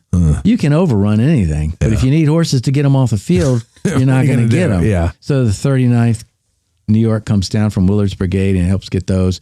They overrun Malbone Watson's battery, and they get, they're overrun, but they're not pulled off the field. The 21st Mississippi overruns them. But then as they keep going, and Humphrey writes this, I think it's Humphrey writes it to John Batchelder after the war, Colonel Benjamin Grubb Humphreys, 21st Mississippi. They're pushing forward, and all of a sudden up on this hill, it's the ridge, there's a line of artillery staring at us. And it's this gun line that McGilvery has put together, cobbled together.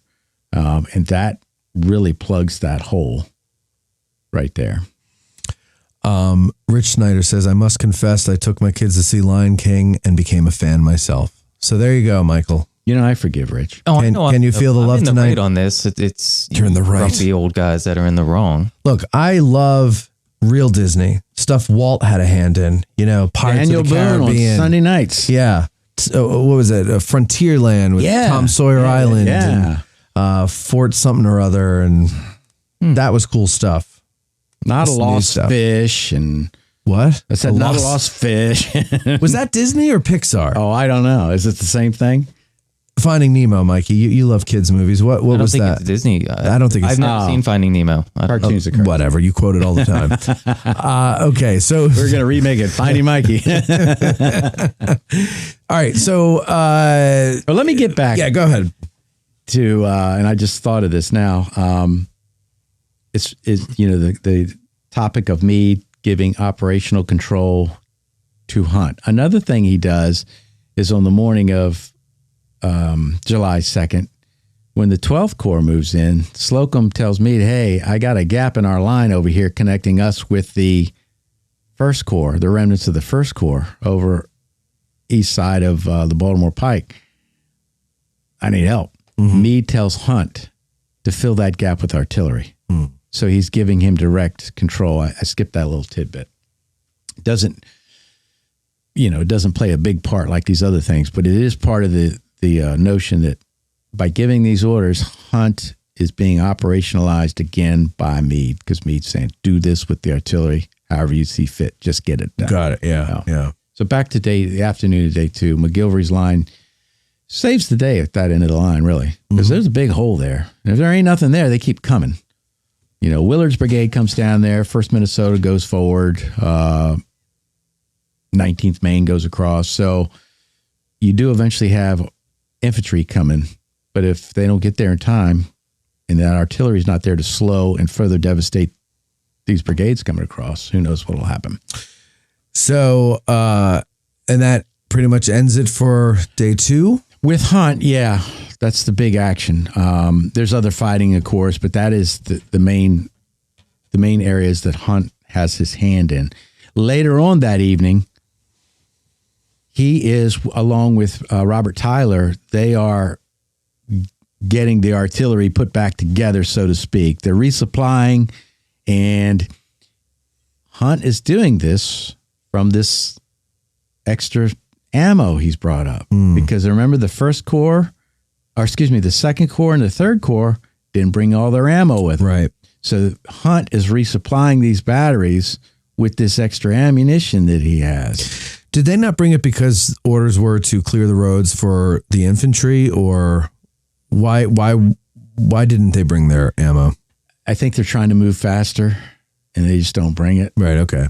Versus you should have brought it. So they don't bring it, or they don't wait for it. Like, in other words, they just go up ahead of it, but it's still on its way. Or was it just sitting down there? I'm not sure of that. Okay. I just know they don't have it. Yeah. They're in need of ammunition, and they get the ammunition from Hunt. Okay. And the one who plays into this is Hancock, 2nd Corps commander. He doesn't have all his ammunition. Mm-hmm. Where is he getting resupplied from then? Henry Hunt. Yeah. Who's going to be his antagonist later on in life. But I imagine the 2nd Corps, Hancock sent ahead on the evening of July 1st. Yeah. And the 2nd Corps is probably rushed up there because there was just a big battle and they didn't do too well. Yeah. So they need more men. And so it was just like, move the infantry. Same thing probably with the 3rd Corps. I mean, things were so ambiguous about what Sickles thought he was supposed to do. I mean, he leaves Burling's brigade, in the back. That's why they show up so late. Yeah. So. Yeah. That could be.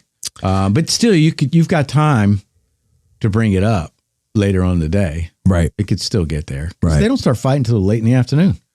So, but whatever reason, I'm not sure the exact, whether they purposely left it to, we're not going to need this, or we got to get moving. Let's field strip everything and hit the bricks and get on up there as fast as we can. A 6 questions Lens in the comment section has another question. He says, why was Henry Hunt not at the Council of War, since we're at July 2nd now? That's a good question. And I'm about to tell you that. Oh, good. Remember, before we got started on the ammunition trains, after things settled down on July 2nd, him and Tyler are replacing damaged guns, resupplying, and doing, getting everything back together that's been messed up because of this big battle. And he is summoned to the Council of War, but he chooses to stay there with Tyler to get all this stuff together. And says he's not going.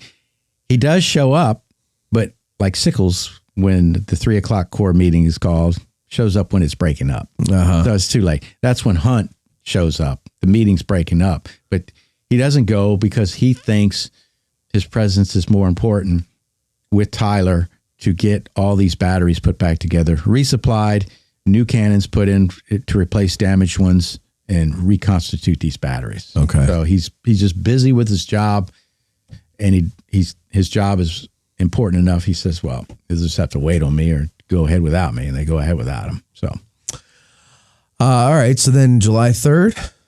July 3rd happens. And as we know, it starts off with the Union Army going to drive the Confederates off of Lower Culp's Hill. Takes a long time, approximately 7 hours, from let's say between 4:30 to 11:30.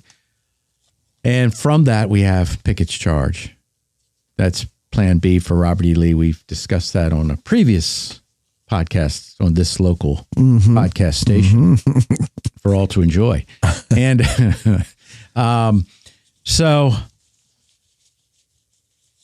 Hunt talks about, and I said this today to the gentleman I was with, there's a couple things I'd like to see during the battle if I could go back in time. None of them are battle related. They're battle related, but it's not actual fighting. It's one of them is to watch the Confederates set up their line of artillery in preparation for Pickett's charge.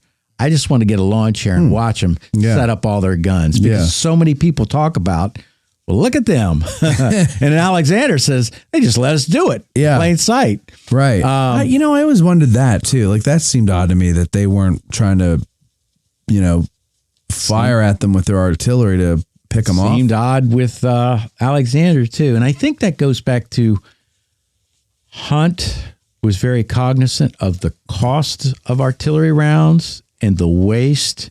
And there has been different times during the war that artillery batteries would just fire. Yeah. Fire as fast as they can. They are not checking to see the results of their fire, to see if they need to adjust fire, and it becomes a giant waste. I think this comes from Pickett's charge. Doesn't he admonish a young man, are you aware that every round you fire costs $2.67? Yeah. So... yeah, but they're I'm watching. a 19-year-old gunner, and a general comes up to me and says that, and I'm like, the hell are you talking about? Lewis, is the situation relatively the same on July 2nd? Only because we were talking about the peach orchard, and I was out there yesterday as well, and I can't believe how close the peach orchard is to that Confederate gun line. Yes. Right there in the wood line. I mean, it's very close. Oh, yeah. So you're talking about on July 2nd when they're all out at the peach orchard, and across the fields west to the tree line where the Confederate guns are is not very far. That they were letting the Confederate artillery deploy before they ended up getting in a shootout with them where the peach orchard was. Yeah. So as Barksdale's brigade is knocking Sickles off of the salient, Alexander's guns move forward. So they're already there by the dawn of July 3rd. And when they wake up, Alexander doesn't realize how close he is. He writes something about that because, the sun goes down earlier back then.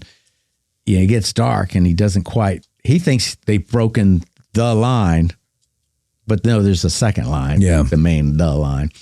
But he doesn't realize how close they are when they wake up the next morning. He's surprised by it. So it is close. But they just watch him set up all day. And Hunt comes up with 3 viable reasons what they're doing.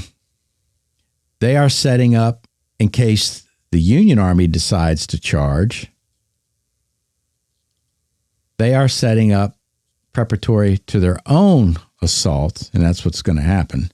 And what's the third one, which is actually the middle one? I went from 1 to 3 with skipping the second one. There's 3 reasons he comes up with. They're setting up. Give them again.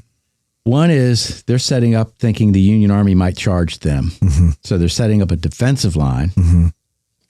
The third option is what happens. They're setting up to fire on us preparatory to their own charge. And the middle one just slipped my mind. Could it be masking for a withdrawal or something? Could be something like that. I can't remember that second one. And it just, I had it because I would only tell you there's 2 if I didn't remember the third one. Yeah, that's... Either way, they watch him set up, and then logically, Hunt comes to the conclusion, this is for a cannonade on our line.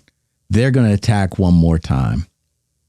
And so he's riding around, making sure the batteries from Cemetery Hill, he's working with Major Osborne with the 11th Corps, all the way down to Little Round Top. And by now, Lieutenant Rittenhouse has taken over for Hazlitt's battery. Hazlitt gets killed on the evening of July 2nd. So Rittenhouse is in charge of those guns sitting on top of Little Round Top. So he's riding the line, and he realizes that they're going to come across in some form or fashion. When he's doing this, he tells all the battery commanders as he's riding the line, when this cannonade starts that we know is coming, wait 15 or 20 minutes before you respond.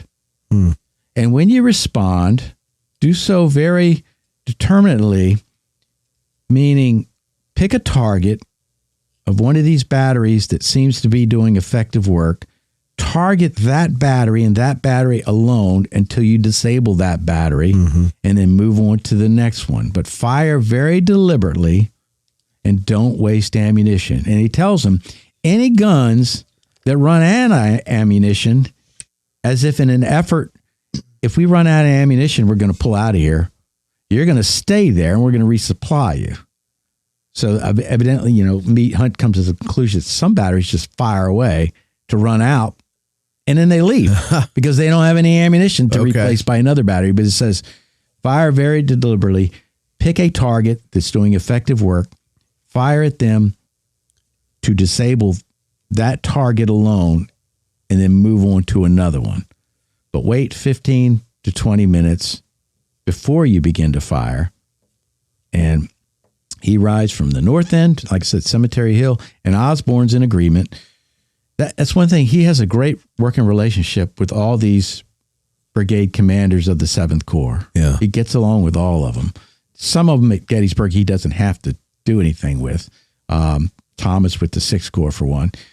But he does that. And by the time he gets up to Little Round Top, and he's talking to Rittenhouse, about then the cannonade opens up. So that's where he's at a little after 1 o'clock when the Confederates start firing. That would be an interesting place to observe. I'd like to see that too. That's the only battle action I'd have. I'd like to see the cannonade and then see Pickett's men start to come across. From Little Round Top. From Little Round Top. And Meade is up there at one point. Yeah. But that's where Hunt is when it starts. And at some point, he notices that the batteries in the 2nd Corps are just firing away. And they're not conforming to Hunt's instruction to wait and allow this to play out a little bit. Because Hunt is also sure that this is preparatory to an infantry charge. And he thinks his artillery can stop that infantry charge by first using long-range ammunition, and then when they get closer, use your canister. And so they won't get to the Union infantry line. We can stop them before they get there. And so that's why he's holding back the ammunition. He doesn't want all this firing. But the 2nd Corps is firing. And, of course, that's Hancock saying, if they're firing on my boys, I got to fire back. Fire back. Yeah, absolutely. And this goes back to, and this is a case where Hancock thinks he knows best. So I'm going to backtrack a little bit. I'm going to go to Hooker. When Hooker had command of the Army of the Potomac at Chancellorsville, division commanders had charge over their artillery. What was Hancock? He was the division commander. Yeah. He's used to having control over his artillery. Okay. And so I think that's part of the problem. Sure. But also, why would you attach artillery to the Corps if you don't want the Corps commander to have control over the artillery of his Corps? You attach it to the Corps so it travels with the Corps so you have it. Okay. In other words, if the Corps doesn't have the artillery first day, Reynolds arrives on the field on the first day, Yeah. he doesn't have his artillery. So, that makes sense. You got to wait. Yeah. So it's local to the infantry, but Hunt isn't there on July 1st. So Reynolds or whoever is going to have to command the artillery. Yeah. Right? I mean, obviously not directly, but they're going to give orders to the artillery commander. It's a little like this, I think. And these are the best words I can come up with. Tactically, your artillery brigade commander has control of the artillery within the Corps. Right. Now, he's receiving instructions from the Corps commander, but that artillery brigade commander knows how to employ the weapons to best effect. Sure. Strategically, Hunt has control over all the artillery in the Army of the Potomac. He has control. He knows the big picture for all the batteries. Sure. Okay. And when he needs to move one battery here or resupply it, he has the control to do that without having to go through any Corps commander. So when the Army is not all together, let's say the 2nd Corps gets caught somewhere, or like we talked about with the 1st Corps and the 11th Corps, right? They're separated from the Army. Essentially, they are the Army at that battle. Yep. So the local commanders are going to have control over what the artillery brigades do, leaving it to the artillery brigade commander to work out the details. In that instance, your artillery brigade commander has tactical control, and then the Corps commander has strategic. strategic. Yeah. So, but on that level, when the Army is together, then it's kind of like your artillery isn't quite your artillery because it's needed for the betterment of the Army, or not the betterment, but the good of the Army. Yeah, and it's not just the fighting; it's the ordnance stuff that goes along with it, resupplying it. You know, what guns are going to go where, replacing guns and stuff, and that's what's under Hunt's purview as well, versus under the Corps commander. Okay, because Hunt knows better. Yeah, you know, Hancock's thing is he's an infantry guy. He knows infantry. Good for him. But, you know, he's sort of got an ego, too, so he thinks he knows artillery, too. But you want a guy that specializes in that branch of service, or arm, I should say. It's not the branch, it's the arm. And you give them overall tactical control once the whole Army is there and set up. And you give them strategic control as far as resupply, all the ordnance stuff that they need, the big supply train and all that. They're in charge of all that. Now they have underlings they're instructing to do whatever. But Hunt has all that under his purview. But so you say Hancock's an infantry officer and, you know, what does he know about artillery? But I would imagine, though, that you do know in principle what to do with the artillery. He does, but does he know how to most effectively use it? And he proves that on July 3rd. Right. Because this is opinion, the way Hunt manages that is right. And here's where it gets interesting. So the Second Corps is firing and firing and firing. Hunt is going to ride over there and figure out what's going on. At some point, Hancock rides down to McGilvery's gun line, and he tells one of the battery commanders down there to start firing because they're not firing yet. They're under orders from Hunt. And it takes Hunt years after the war to figure out who this is. And he finally decides it's Captain Patrick Hart. That's who Hancock tells, what are you doing? And then they sort of start firing, but as soon as Hancock leaves, they stop again. Okay. But Hunt is riding the line, and he's looking for Meade because he wants Meade to say, hey, we need to stop firing and get their infantry ready to come across. And so he can't find Meade, but then he's riding further south again. He's still, Meade's riding around. He runs to, I think he was a major at the time, Major Bingham. And he's the guy that meets Armistead when he comes across the wall. But he's an aide of Hancock. You mean it wasn't Tom Chamberlain? No. What the? I know. I've been lied to all these years. What is that about? Since 1993. Yeah. Clearly never seen the movie. Yeah. Because the movie says something completely different. Oh, well. But he runs into Major Bingham, and he's looking for Meade, and Major Bingham says that I have orders from Meade to stop the firing. This is Hancock's guy telling him this. This is Hunt afterwards saying all this. All right. Hancock's aide is telling me that Meade has directed him to tell me to get these people to stop firing, and let's wait and save our fire for the infantry to come across. Mm-hmm. So that's what Hunt is trying to do. Finally, the cannonade is over. That infantry does step out, and Union artillery just starts plugging big holes in these lines from Little Round Top all the way up to about the Second Corps line. Mm-hmm. The Second Corps, it seems, has run out of long-range ammunition. So they're not doing, Osborne's men his artillerists on Cemetery Hill, they're opening up and plugging the big holes. But Hancock's men run out of long-range ammunition, and they've got canister. And so what do? You got to wait for him to get close enough to use your canister. And that allows him to get close, cross the road. Now they're being hit with infantry fire, but on they come, and lo and behold, they get to the wall right there at Cushing's guns.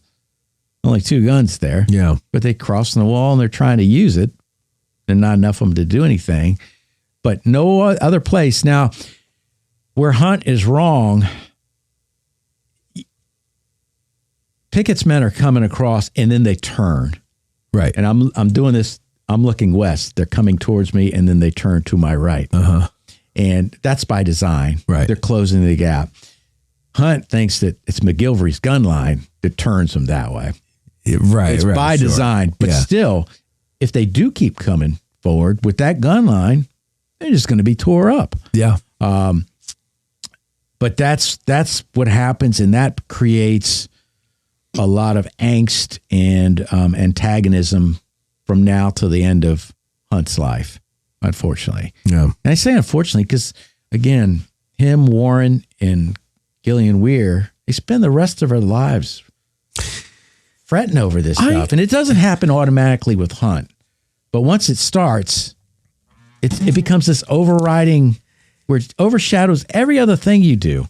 Yeah, I always am perplexed by post-war squabbles amongst each other. Yeah, you won. Yeah, especially if you won. But you all served. Especially if you're officers. I mean, you obviously served well enough to get up to where you are by the end of the war. I mean, and I don't know if it's sad or kind of pathetic. I don't know what the word is that it makes me feel when I hear about people doing that. Because it's such a horrible thing, war, and you give your all, you do your best. Yeah.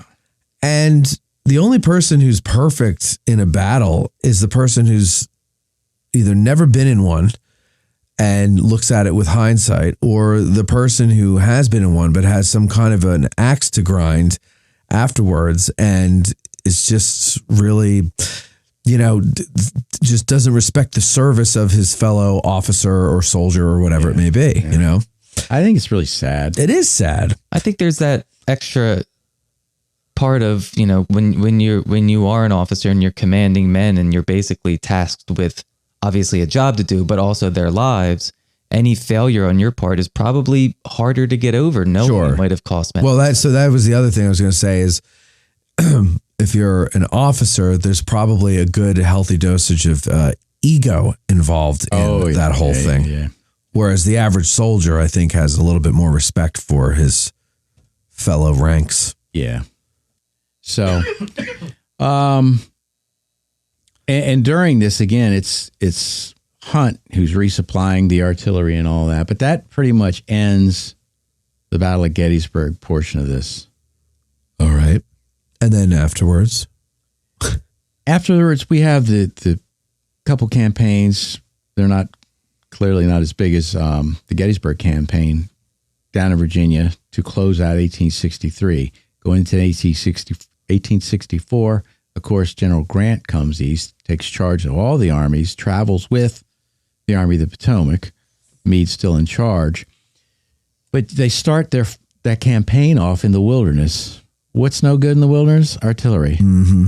So Hunt hasn't been disposed of his title of Chief of Artillery or anything, but they're just not using the artillery like they had been in these big set battles that had happened previously in the war. And what does happen, though, somewhere along the line, Grant decides to disband the artillery reserve. And that is Hunt's baby. Yeah. So he's kind of distressed over that. But then when they get down to Petersburg, and I'm really moving forward here because I want to get to the, after. Yeah, the questions. That and the Hunt's later years. Oh, gotcha. The questions, too. We have 72 questions. 60 of them are from 6 questions. 6 questions, yes. Call them 70 questions. 70 questions length. But he eventually, Grant is going to put Hunt in charge of the siege artillery around Petersburg. Mm-hmm. So he's still given operational authority over some of the artillery, but it's part of this siege. And, that lasts through the winter months of 1864, 1865. They finally start to maneuver again, and the war is going to come to an end. So the war is done. Hunt stays in the Army. Hunt is he's a brevet. He's a brigadier general in charge of volunteers in the wartime army. That is not the same rank he holds in the regular army. Right. And so once the war is done and everything goes back to being a peacetime army, all of these officers that stay in, they revert to their regular rank. And Hunt's rank is either, I can't remember at this point, major or lieutenant colonel. It's certainly not brigadier general. It's colonel. Colonel. Or lieutenant, but it's not major. He retires as a colonel. I know that. Yeah. So I'm not. It's either a lieutenant colonel or a colonel. Yeah. I feel like I heard it was full colonel. And he's going to get promoted to full colonel before he retires. Yeah, Hunt became colonel of the 5th U.S. Artillery in 1866. Yeah. So after the war, he's lieutenant colonel. No. Well, if he's promoted to colonel in 1866. Yeah, when the Army was reorganized in 1866, Hunt became colonel of the 5th U.S. Artillery. He served as commanding officer at Fort Adams in Newport, Rhode Island, from May 20th, 1869 until November 10th, 1875, and as president of the Permanent Artillery Board, held various commands until retirement in 1883. Yeah. He goes out west, not west. He goes to the frontier a few times. He holds a few posts to the northeast, like you mentioned. At one particular time, he's assigned down to Charleston, South Carolina. Mm-hmm. And remember early on, I said he is friendly with Southerners. And he goes down there, and he's not a radical Republican that's wanting to put the boot on their throats down in South Carolina. He's trying to manage things in a way that seems fair to everybody, no matter what went on prior to the war. In other words, he's not trying to take rights away from whites down there that were antagonistic to the black population's rights. He's trying to do everything equal. Everybody is equal to a certain extent. And so people can vote. Anybody can vote, whether you were in the war and all that. So this comes about in a time where the richest man in South Carolina is running for office, Wade Hampton. Mm-hmm. And so by allowing, a lot of Republicans think, by allowing all these rabble-rousers to them, it seems like they're suppressing a certain population's vote, but these old Confederates are allowed to vote as well. This is going to put Wade Hampton in office. And Hunt is allowing this to happen. And they don't like that. And so and Hampton's going to win the election. But this puts Hunt on certain people's radar in Congress and such that are Republican, and they want to continue with the manage the South our way. These people need to pay for their transgressions, and as long as they're running free and all this, they're still going to trample on the black population's rights. It's just not slavery anymore. It's called a different name. Yeah. And so Hunt is not doing anything in their minds to stop all this. He's allowing it to happen. And from that, we have Wade Hampton being elected. That's a very short version of this. Okay. My point is, he's doing stuff in Charleston that the Republicans don't like. He's a Democrat. Remember that. Right. So, again, he's going to these different posts. He is trying to get promoted. And he's a colonel. He is going to retire as a colonel. He's not making much money. Eventually, his in-laws are going to be moving in with him because they don't have anywhere to go or anything. So he's taking on extra mouths to feed, to plain speech. So his not a lot of money is. He doesn't have a lot of money. Right. And he was renting a place in D.C. He's not going to be able to afford that anymore.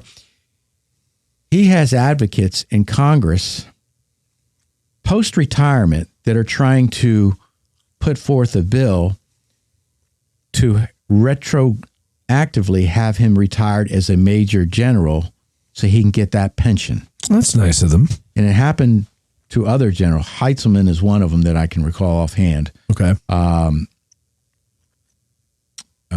John Fitz Porter.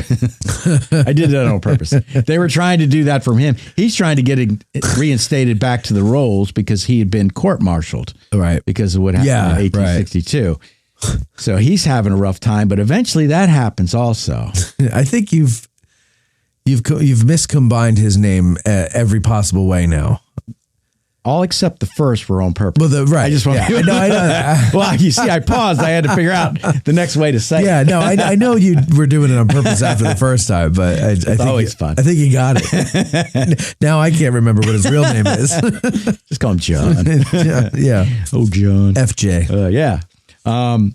So there's precedent for this to go back and reinstate something, whether it be, back to the rolls or reinstate a higher rank for retirement purposes. And he's doing this for financial reasons. And so many of former artillery guys left the artillery arm during the war to become infantry officers. Why? You can get rank. Right. One of the ones is William Hayes. And who writes the OR for the Second Corps? William Hayes. He has to me, it's the most interesting line of any of the 3 volumes in the OR. And that's when they're burying the dead in front of their line. They find a female, a woman dressed up like a soldier. Yes. Killed during Pickett's Yes. Charge. To me, that's the most interesting line of the thing. But, Hunt had deep respect for Hayes. He was a good artilleryman, but he transfers to the infantry. So that's where the rank is. Hunt never does that. He's he's career. So what he does, various presidents don't sign the legislation. They don't want to, or they just don't. They don't want to take that precedent and do that. It never happens for the rest of his life. What Hunt ends up doing is getting the position in the old soldiers' home in D.C. Remember, Lincoln used to ride out there? Yeah. He becomes he gets put in charge of that because he can move him and his family and live there rent-free. Because he's an old soldier. That's right. But he can live there rent-free. Right. That's the important part. And that's the important part. And that's where he dies, and that's where he's buried at. So he's not in Arlington or anything. He's at that cemetery at the old soldiers' home. Now, to backtrack a little bit, he's still in the military. They are revising the manuals for the Army after the war, Okay. because you got to keep up with modern tactics and Right. stuff, organization. You got to be prepared for the next war. As part of the revising of the instructions for the artillery, Hunt writes that, and he talks about having corps commanders in charge of the artillery, and they don't know what they're doing. Basically what he's saying. Case in point, we had this action on July 3rd, 1863 at Gettysburg. He talks about it. He offends Hancock. Uh-oh. Hancock's still in the army, you know, and Hancock's his boss. He's in charge of that big department that Hunt is in. Hancock gets a hold of this. General Sherman at this point is in charge of the army. And Hancock writes to General Sherman his reply. The reply gets published in the Congressional Record. Now it's Hancock's reply to Hunt is public, and that's what blows this whole thing up. Okay. And then Hunt goes on the defensive about all this. And he, you know, in the thing, the reply from Hancock, that's when Hancock says, I was in charge of the whole left center, not just my sector, to include McGilvery's line, the remnants of the First Corps under Newton at this point, and the rest of Sickles' Corps. I'm in charge of all that. Right. And that's why I went down there and told McGilvery, y'all got to start firing. Hunt wasn't in charge of none of this. It's because of, in Meade's OR, he writes something about the left center. Hancock's in the left center. It's just that little bit, and Hancock takes it and runs and replies to Hunt. The difference is Hancock's stuff is made public, where Hunt's was just revising how we're going to operate as a unit, the artillery unit. So Hunt goes on the defensive. He just sends all kinds of stuff. And if anybody out there is interested in what Hunt has to say about this, Volume 2 of the Batchelder Papers, there is a good 20 to 25 pages of Hunt's response and he's responding to Hancock. And it's just fascinating to read. And you can see where he's written it, and as he's writing along, it has he's editing it. He's crossing out certain phrases and then adding whatever. It looks like it's on a piece of paper. It's transcribed right from the paper into this volume.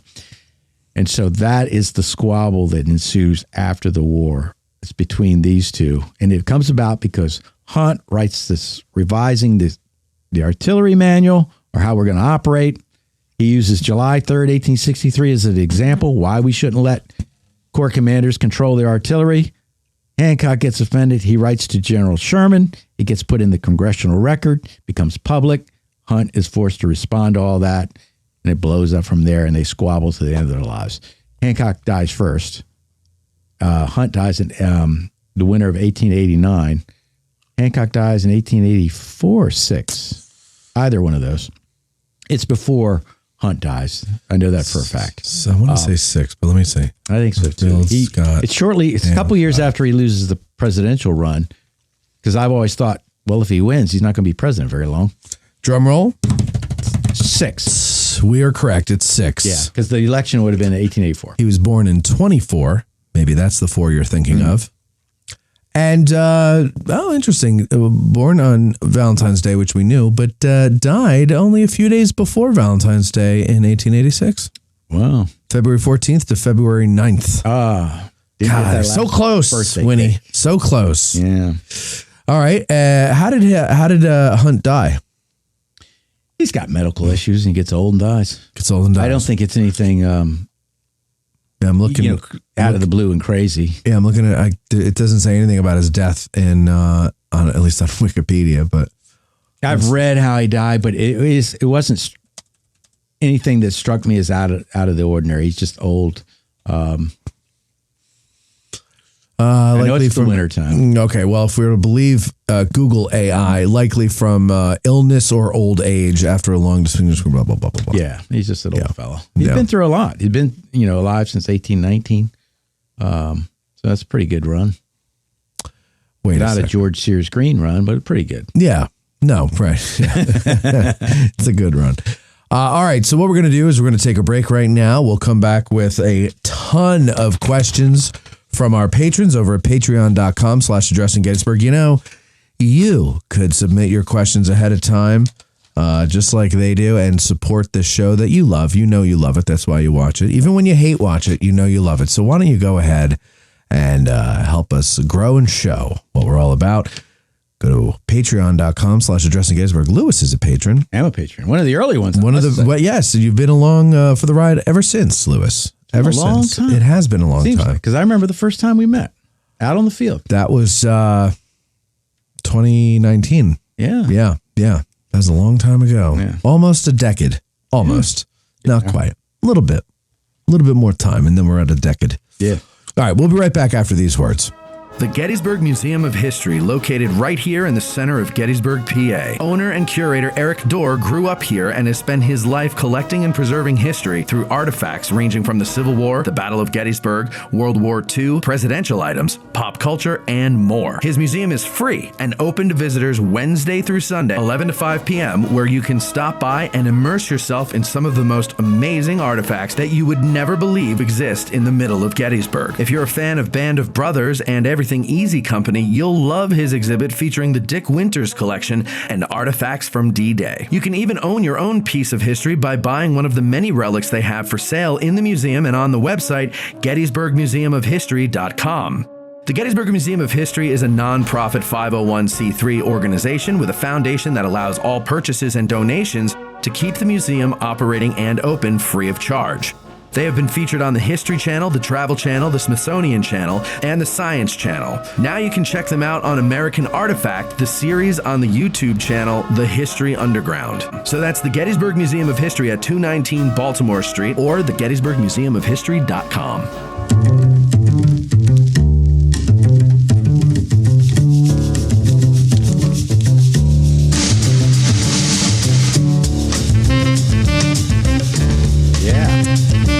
Yeah, indeed. You know, I have to tell you, I'm very proud of two things. My Dale Dye interview and that Little Ground Top is the only, and I have been told this by barista after barista over at Bantam Roasters, even Chad, the roaster, tells this to me.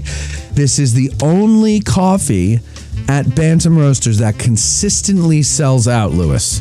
Consistently sells out. Wow. Smell it. Amazing. Oh, I got to tell you. I gotta tell you. What do I got to tell you? Oh, I got to tell you. That smells. That smells like so something. delicious. People love it. Apparently, a group of guys, I guess they're listeners to the show, I'm assuming they were on a tour 2 weekends ago, came in on a Sunday, bought out like most of the bags. Wow. Yeah. How many bags do they get a week? They used to do 12 a week. Now they're having to get in more. store. They would roast 12 bags in store. These are a pound each. And now they're upping it. I don't know what he's upping it to, but he told me the other day that he's going to start making more. Wow.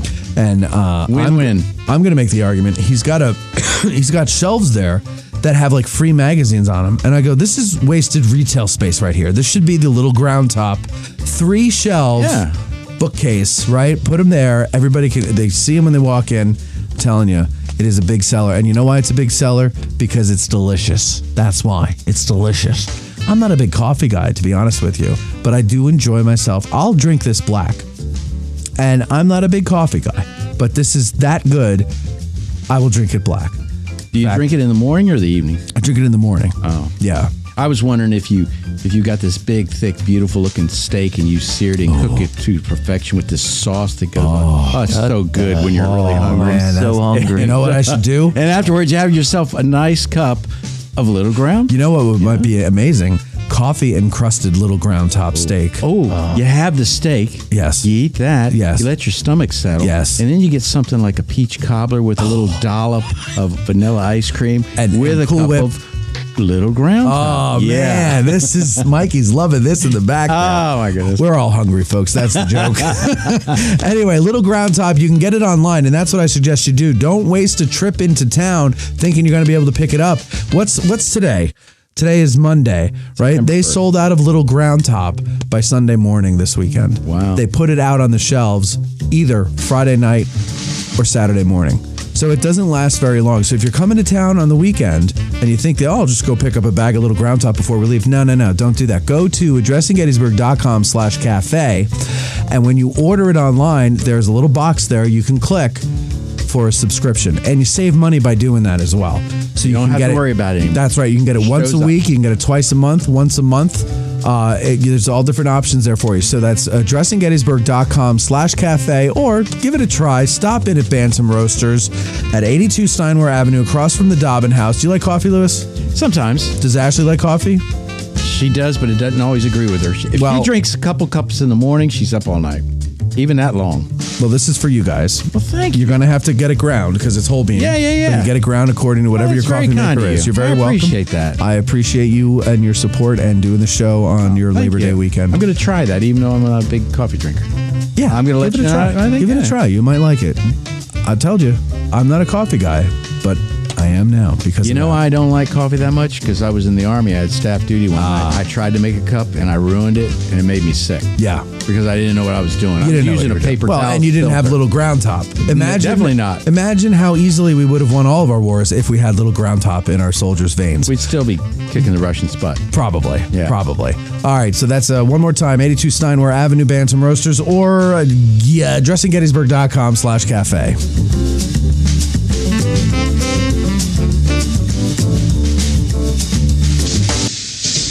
Super chats of $10 or more rise above the din in the comments section.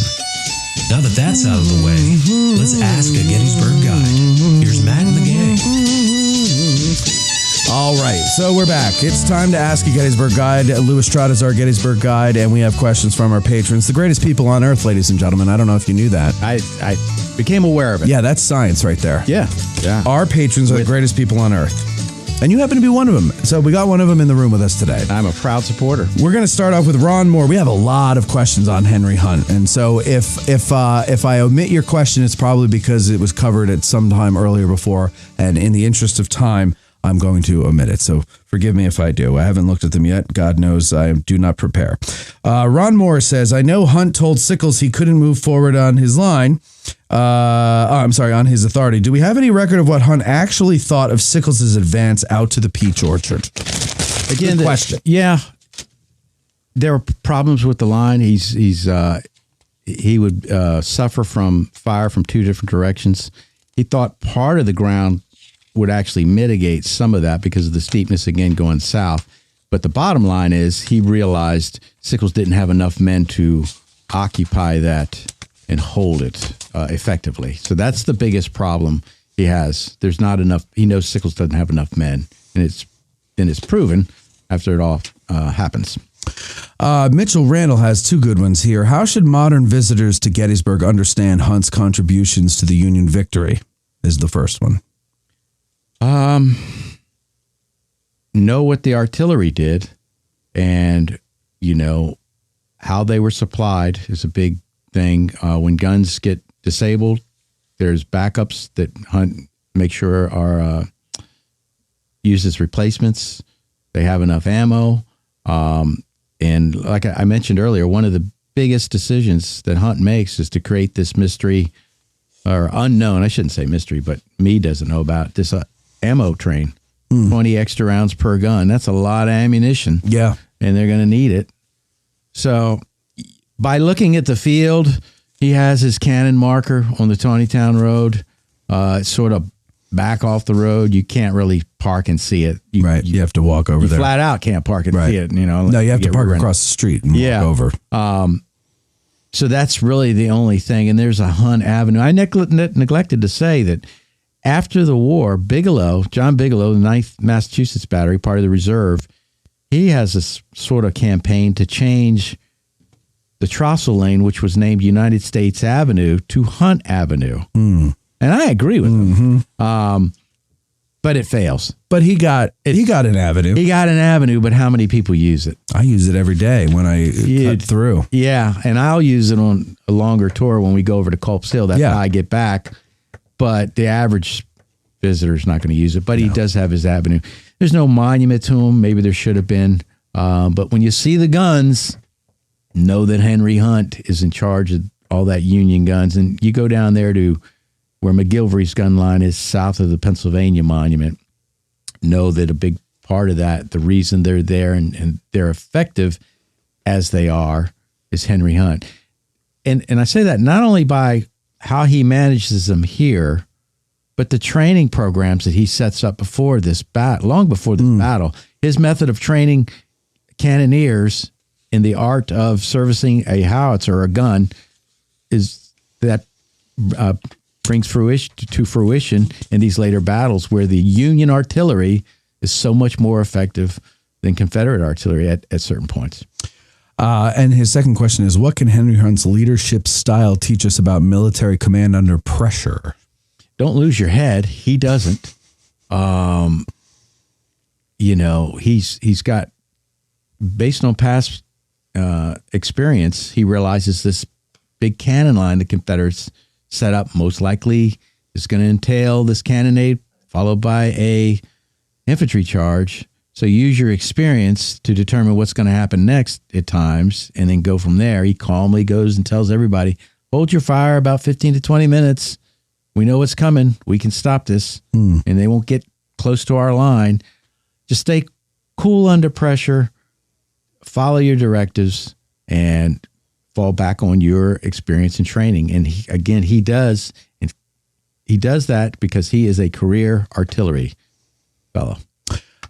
Kenneth Berry has two good ones here. What doctrine was Hunt working from when he constructed the artillery plan for the defense of Cemetery Ridge prior to Pickett's charge? Was that a particular doctrine? I don't think it's a doctrine. I think it's experience. Okay. Oh, okay. I could be wrong, but I don't think there's anything written down prior to that saying you set up a long artillery gun, about 140 to 150 guns. That means an infantry charge is coming shortly thereafter. I don't think that's written anywhere. I think it's just experience. Again, he gives 3 reasons why they're setting this up. I forgot the second one, but one is they're afraid we're going to attack. And I think it might be for the retreat. He's covering for a retreat. Yeah. So that's probably it. But the third option is they're going to try to pound this line into submission and they're going to send their infantry charge. That's the one I think is going to happen. And so to prepare for that, we're going to hold back our fire and wait on him.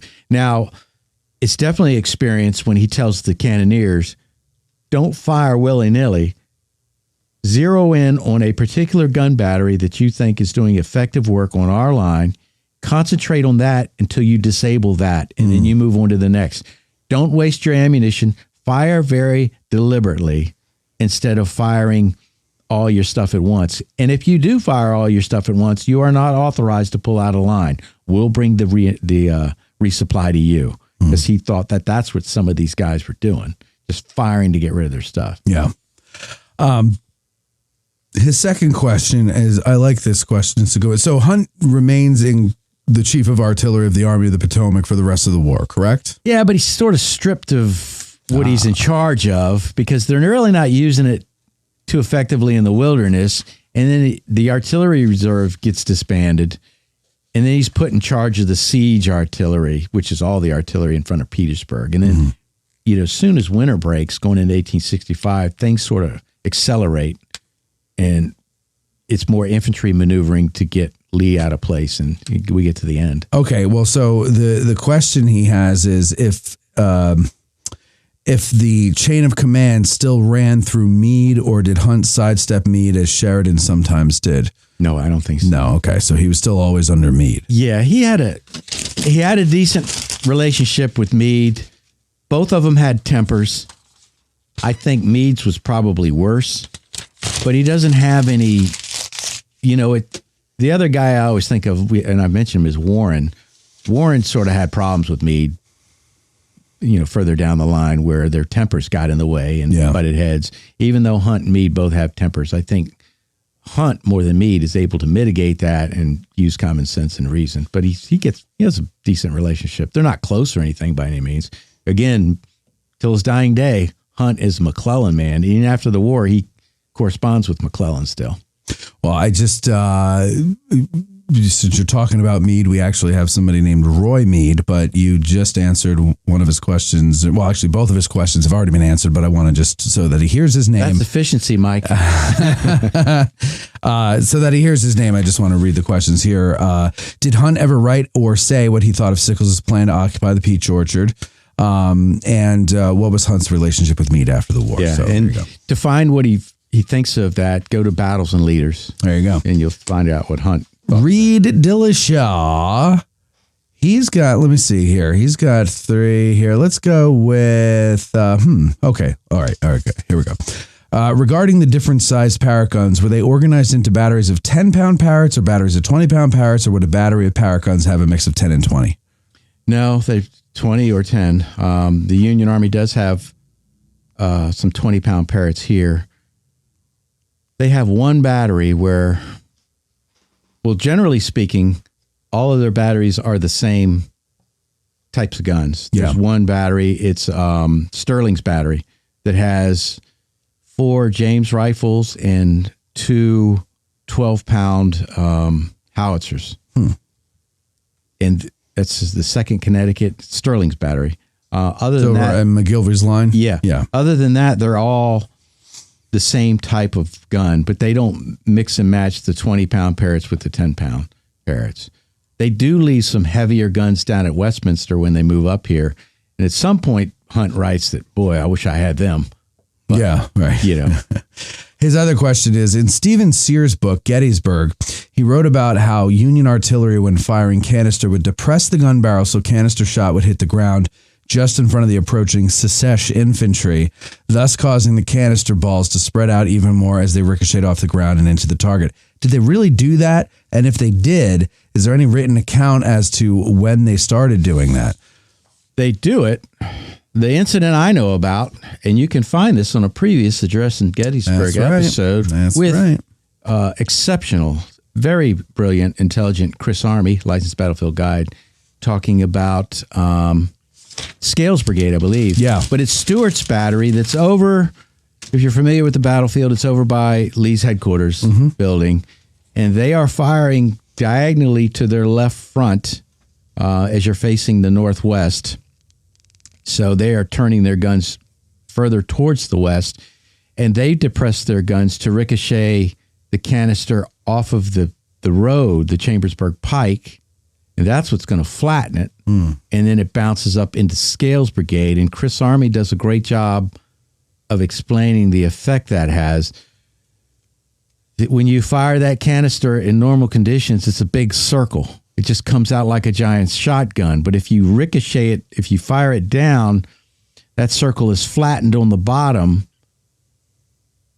So the overall circumference of your fire is smaller, and it's more effective because more of your rounds are actually hitting a certain area. If they're not going over their head, and they're going. Go back and listen to Scales Brigade with Chris Army, because he can explain it a lot better than I can. And if you can explain stuff like that where I understand it, you're doing a great job. And I got it. I listened to that in a car one day, so I didn't have anything to look at.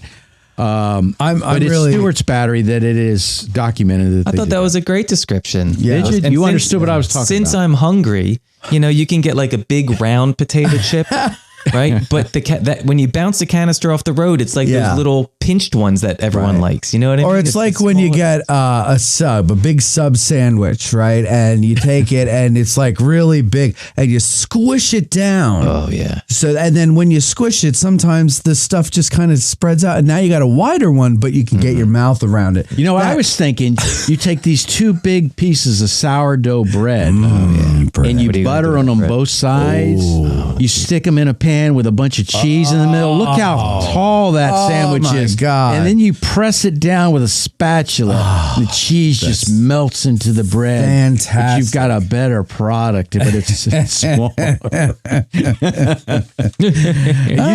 Mike, you started the food. Yeah, you did. I was about done with my answer. Should have just not complained about being hungry. We'd be done by now. Yeah, no. But no, I'm surprised you remembered. I know that we had talked about it. I can't believe that you remember the episode and the guide. It's enough for me to remember, oh yeah, we talked about that once. So that good for you for listening. I say it and you think I'm joking, but many of these guys are much smarter than me and they have better memories, and I listen to them constantly on this show. I don't listen to every show. I admit that. How could you? There's a lot of them. Yeah. And I do work, and I don't listen from work. Right. But when there's guides on here, I know I'm going to learn something. Yeah, sure. I remember, though, when we did that, when the word flatten, At first, I was thinking it flattened the individual balls, making them discs. And I was like, radius. Ooh.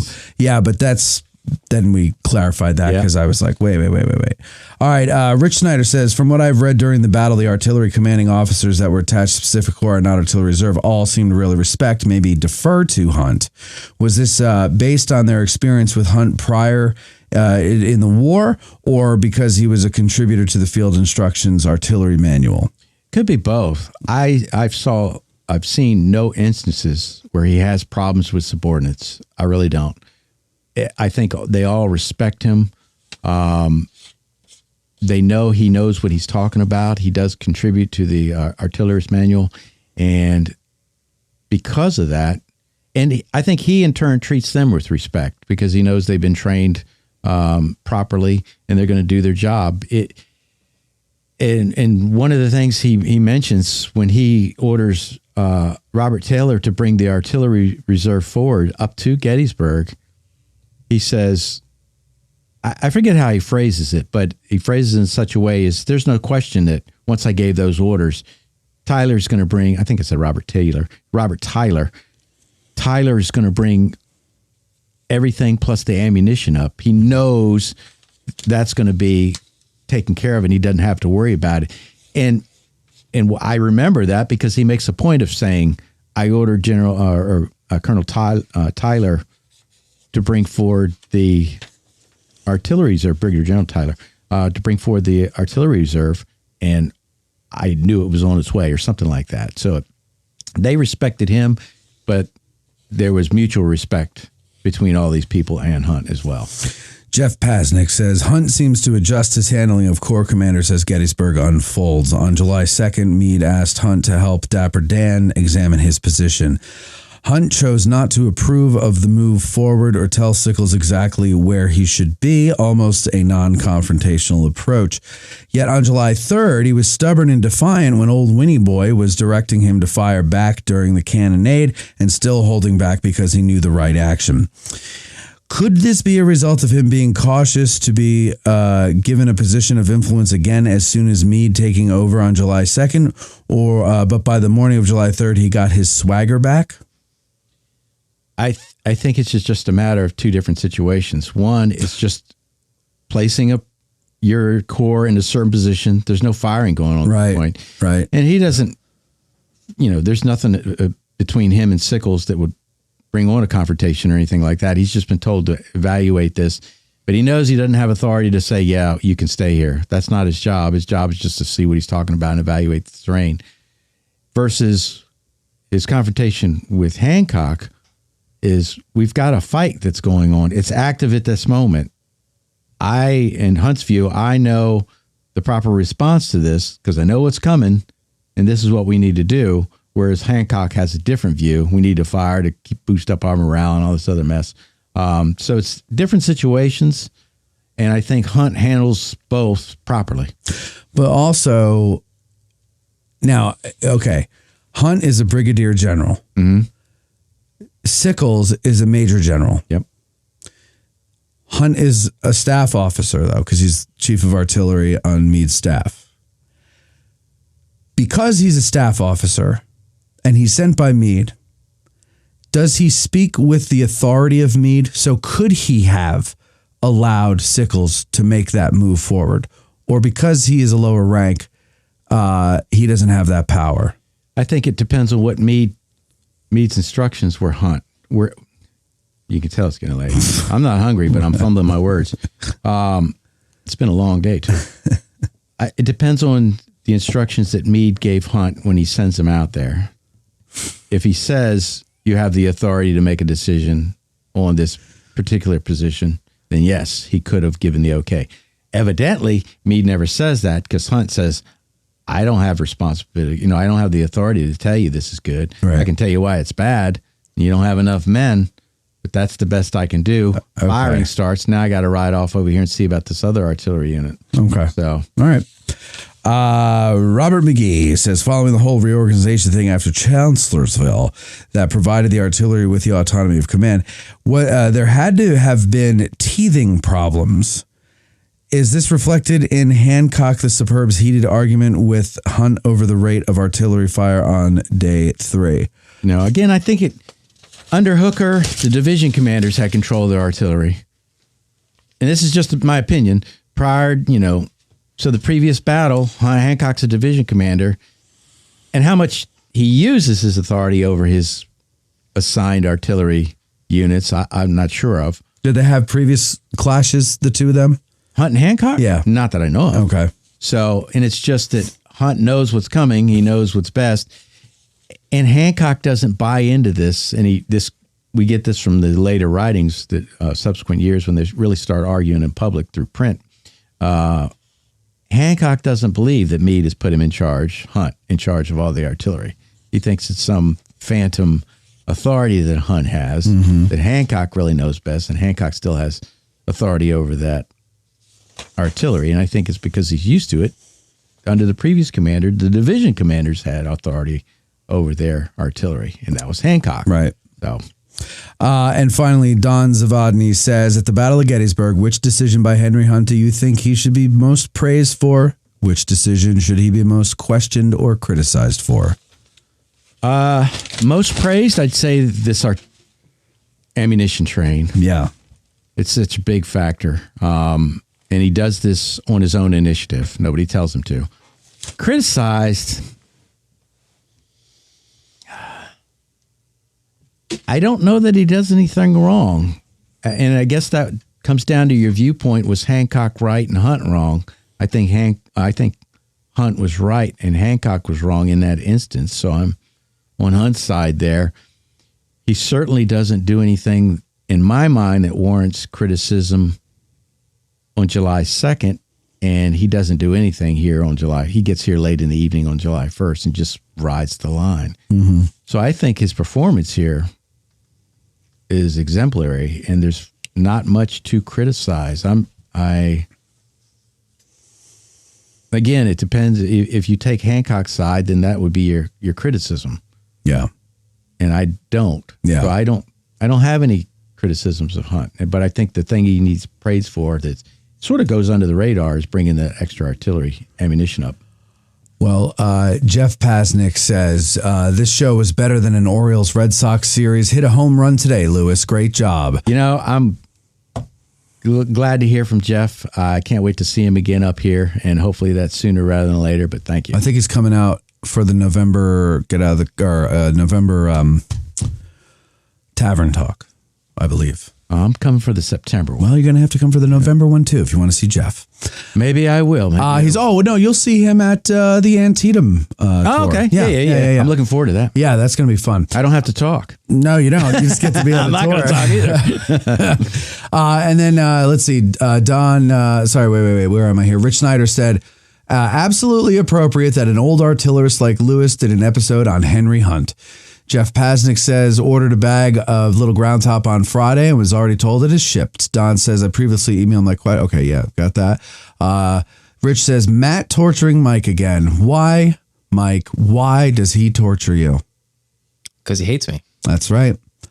I hate him because he's just so handsome. That's why. I'm jealous. Thank you. Okay. Don't forget to feed the troops, Matt, says Jeff. I didn't expect to be here through dinner. So, and then that's it. Great episode, et cetera, there should be, it should be there for the Get Out of the Car tour also in October. So you'll see Jeff. You'll see too much of Jeff this fall. You know what? Thanks to all of them for watching. It's been a long day, but that's no excuse. I was fumbling and bumbling at certain points. Look, it happens to the best. I had a good time, and I hope everybody enjoys it. Likewise here, I hope you all enjoyed this. Thank you all for watching. Thank you to our patrons for all those great questions. Thank you for the people in the comment section for the great questions. And of course, I know all of you who are watching this for free right now on YouTube are going to go and join patreon.com/addressing Gettysburg right now. You should. Otherwise, Mike, great job tonight. Thank you very much. And I'm sorry I kept you past your old man dinner time. Lewis, thank you. Thank you. And that's it. Thanks for watching, everybody. We'll talk to you next time. Addressing Gettysburg's Ask a Gettysburg Guide is hosted by Matt Callery, with Mikey B. Bariski, and Courtney Micker. Produced by Matt Callery and Courtney Micker. Guides appear gratis, but they would love for you to hire them for a tour on your next visit to the battlefield. To be put in touch with one, send an email to matt@addressinggettysburg.com. Thanks for watching. Our hearts so stout, have got us famed, for soon 'tis known from whence we came. Wherever we go, they dread the name of Gary Owen in glory. Instead of spa, drink down ale, and pay the reckoning on the nail. No man forget shall go to jail from Gary Owen in glory. Instead of spa, drink down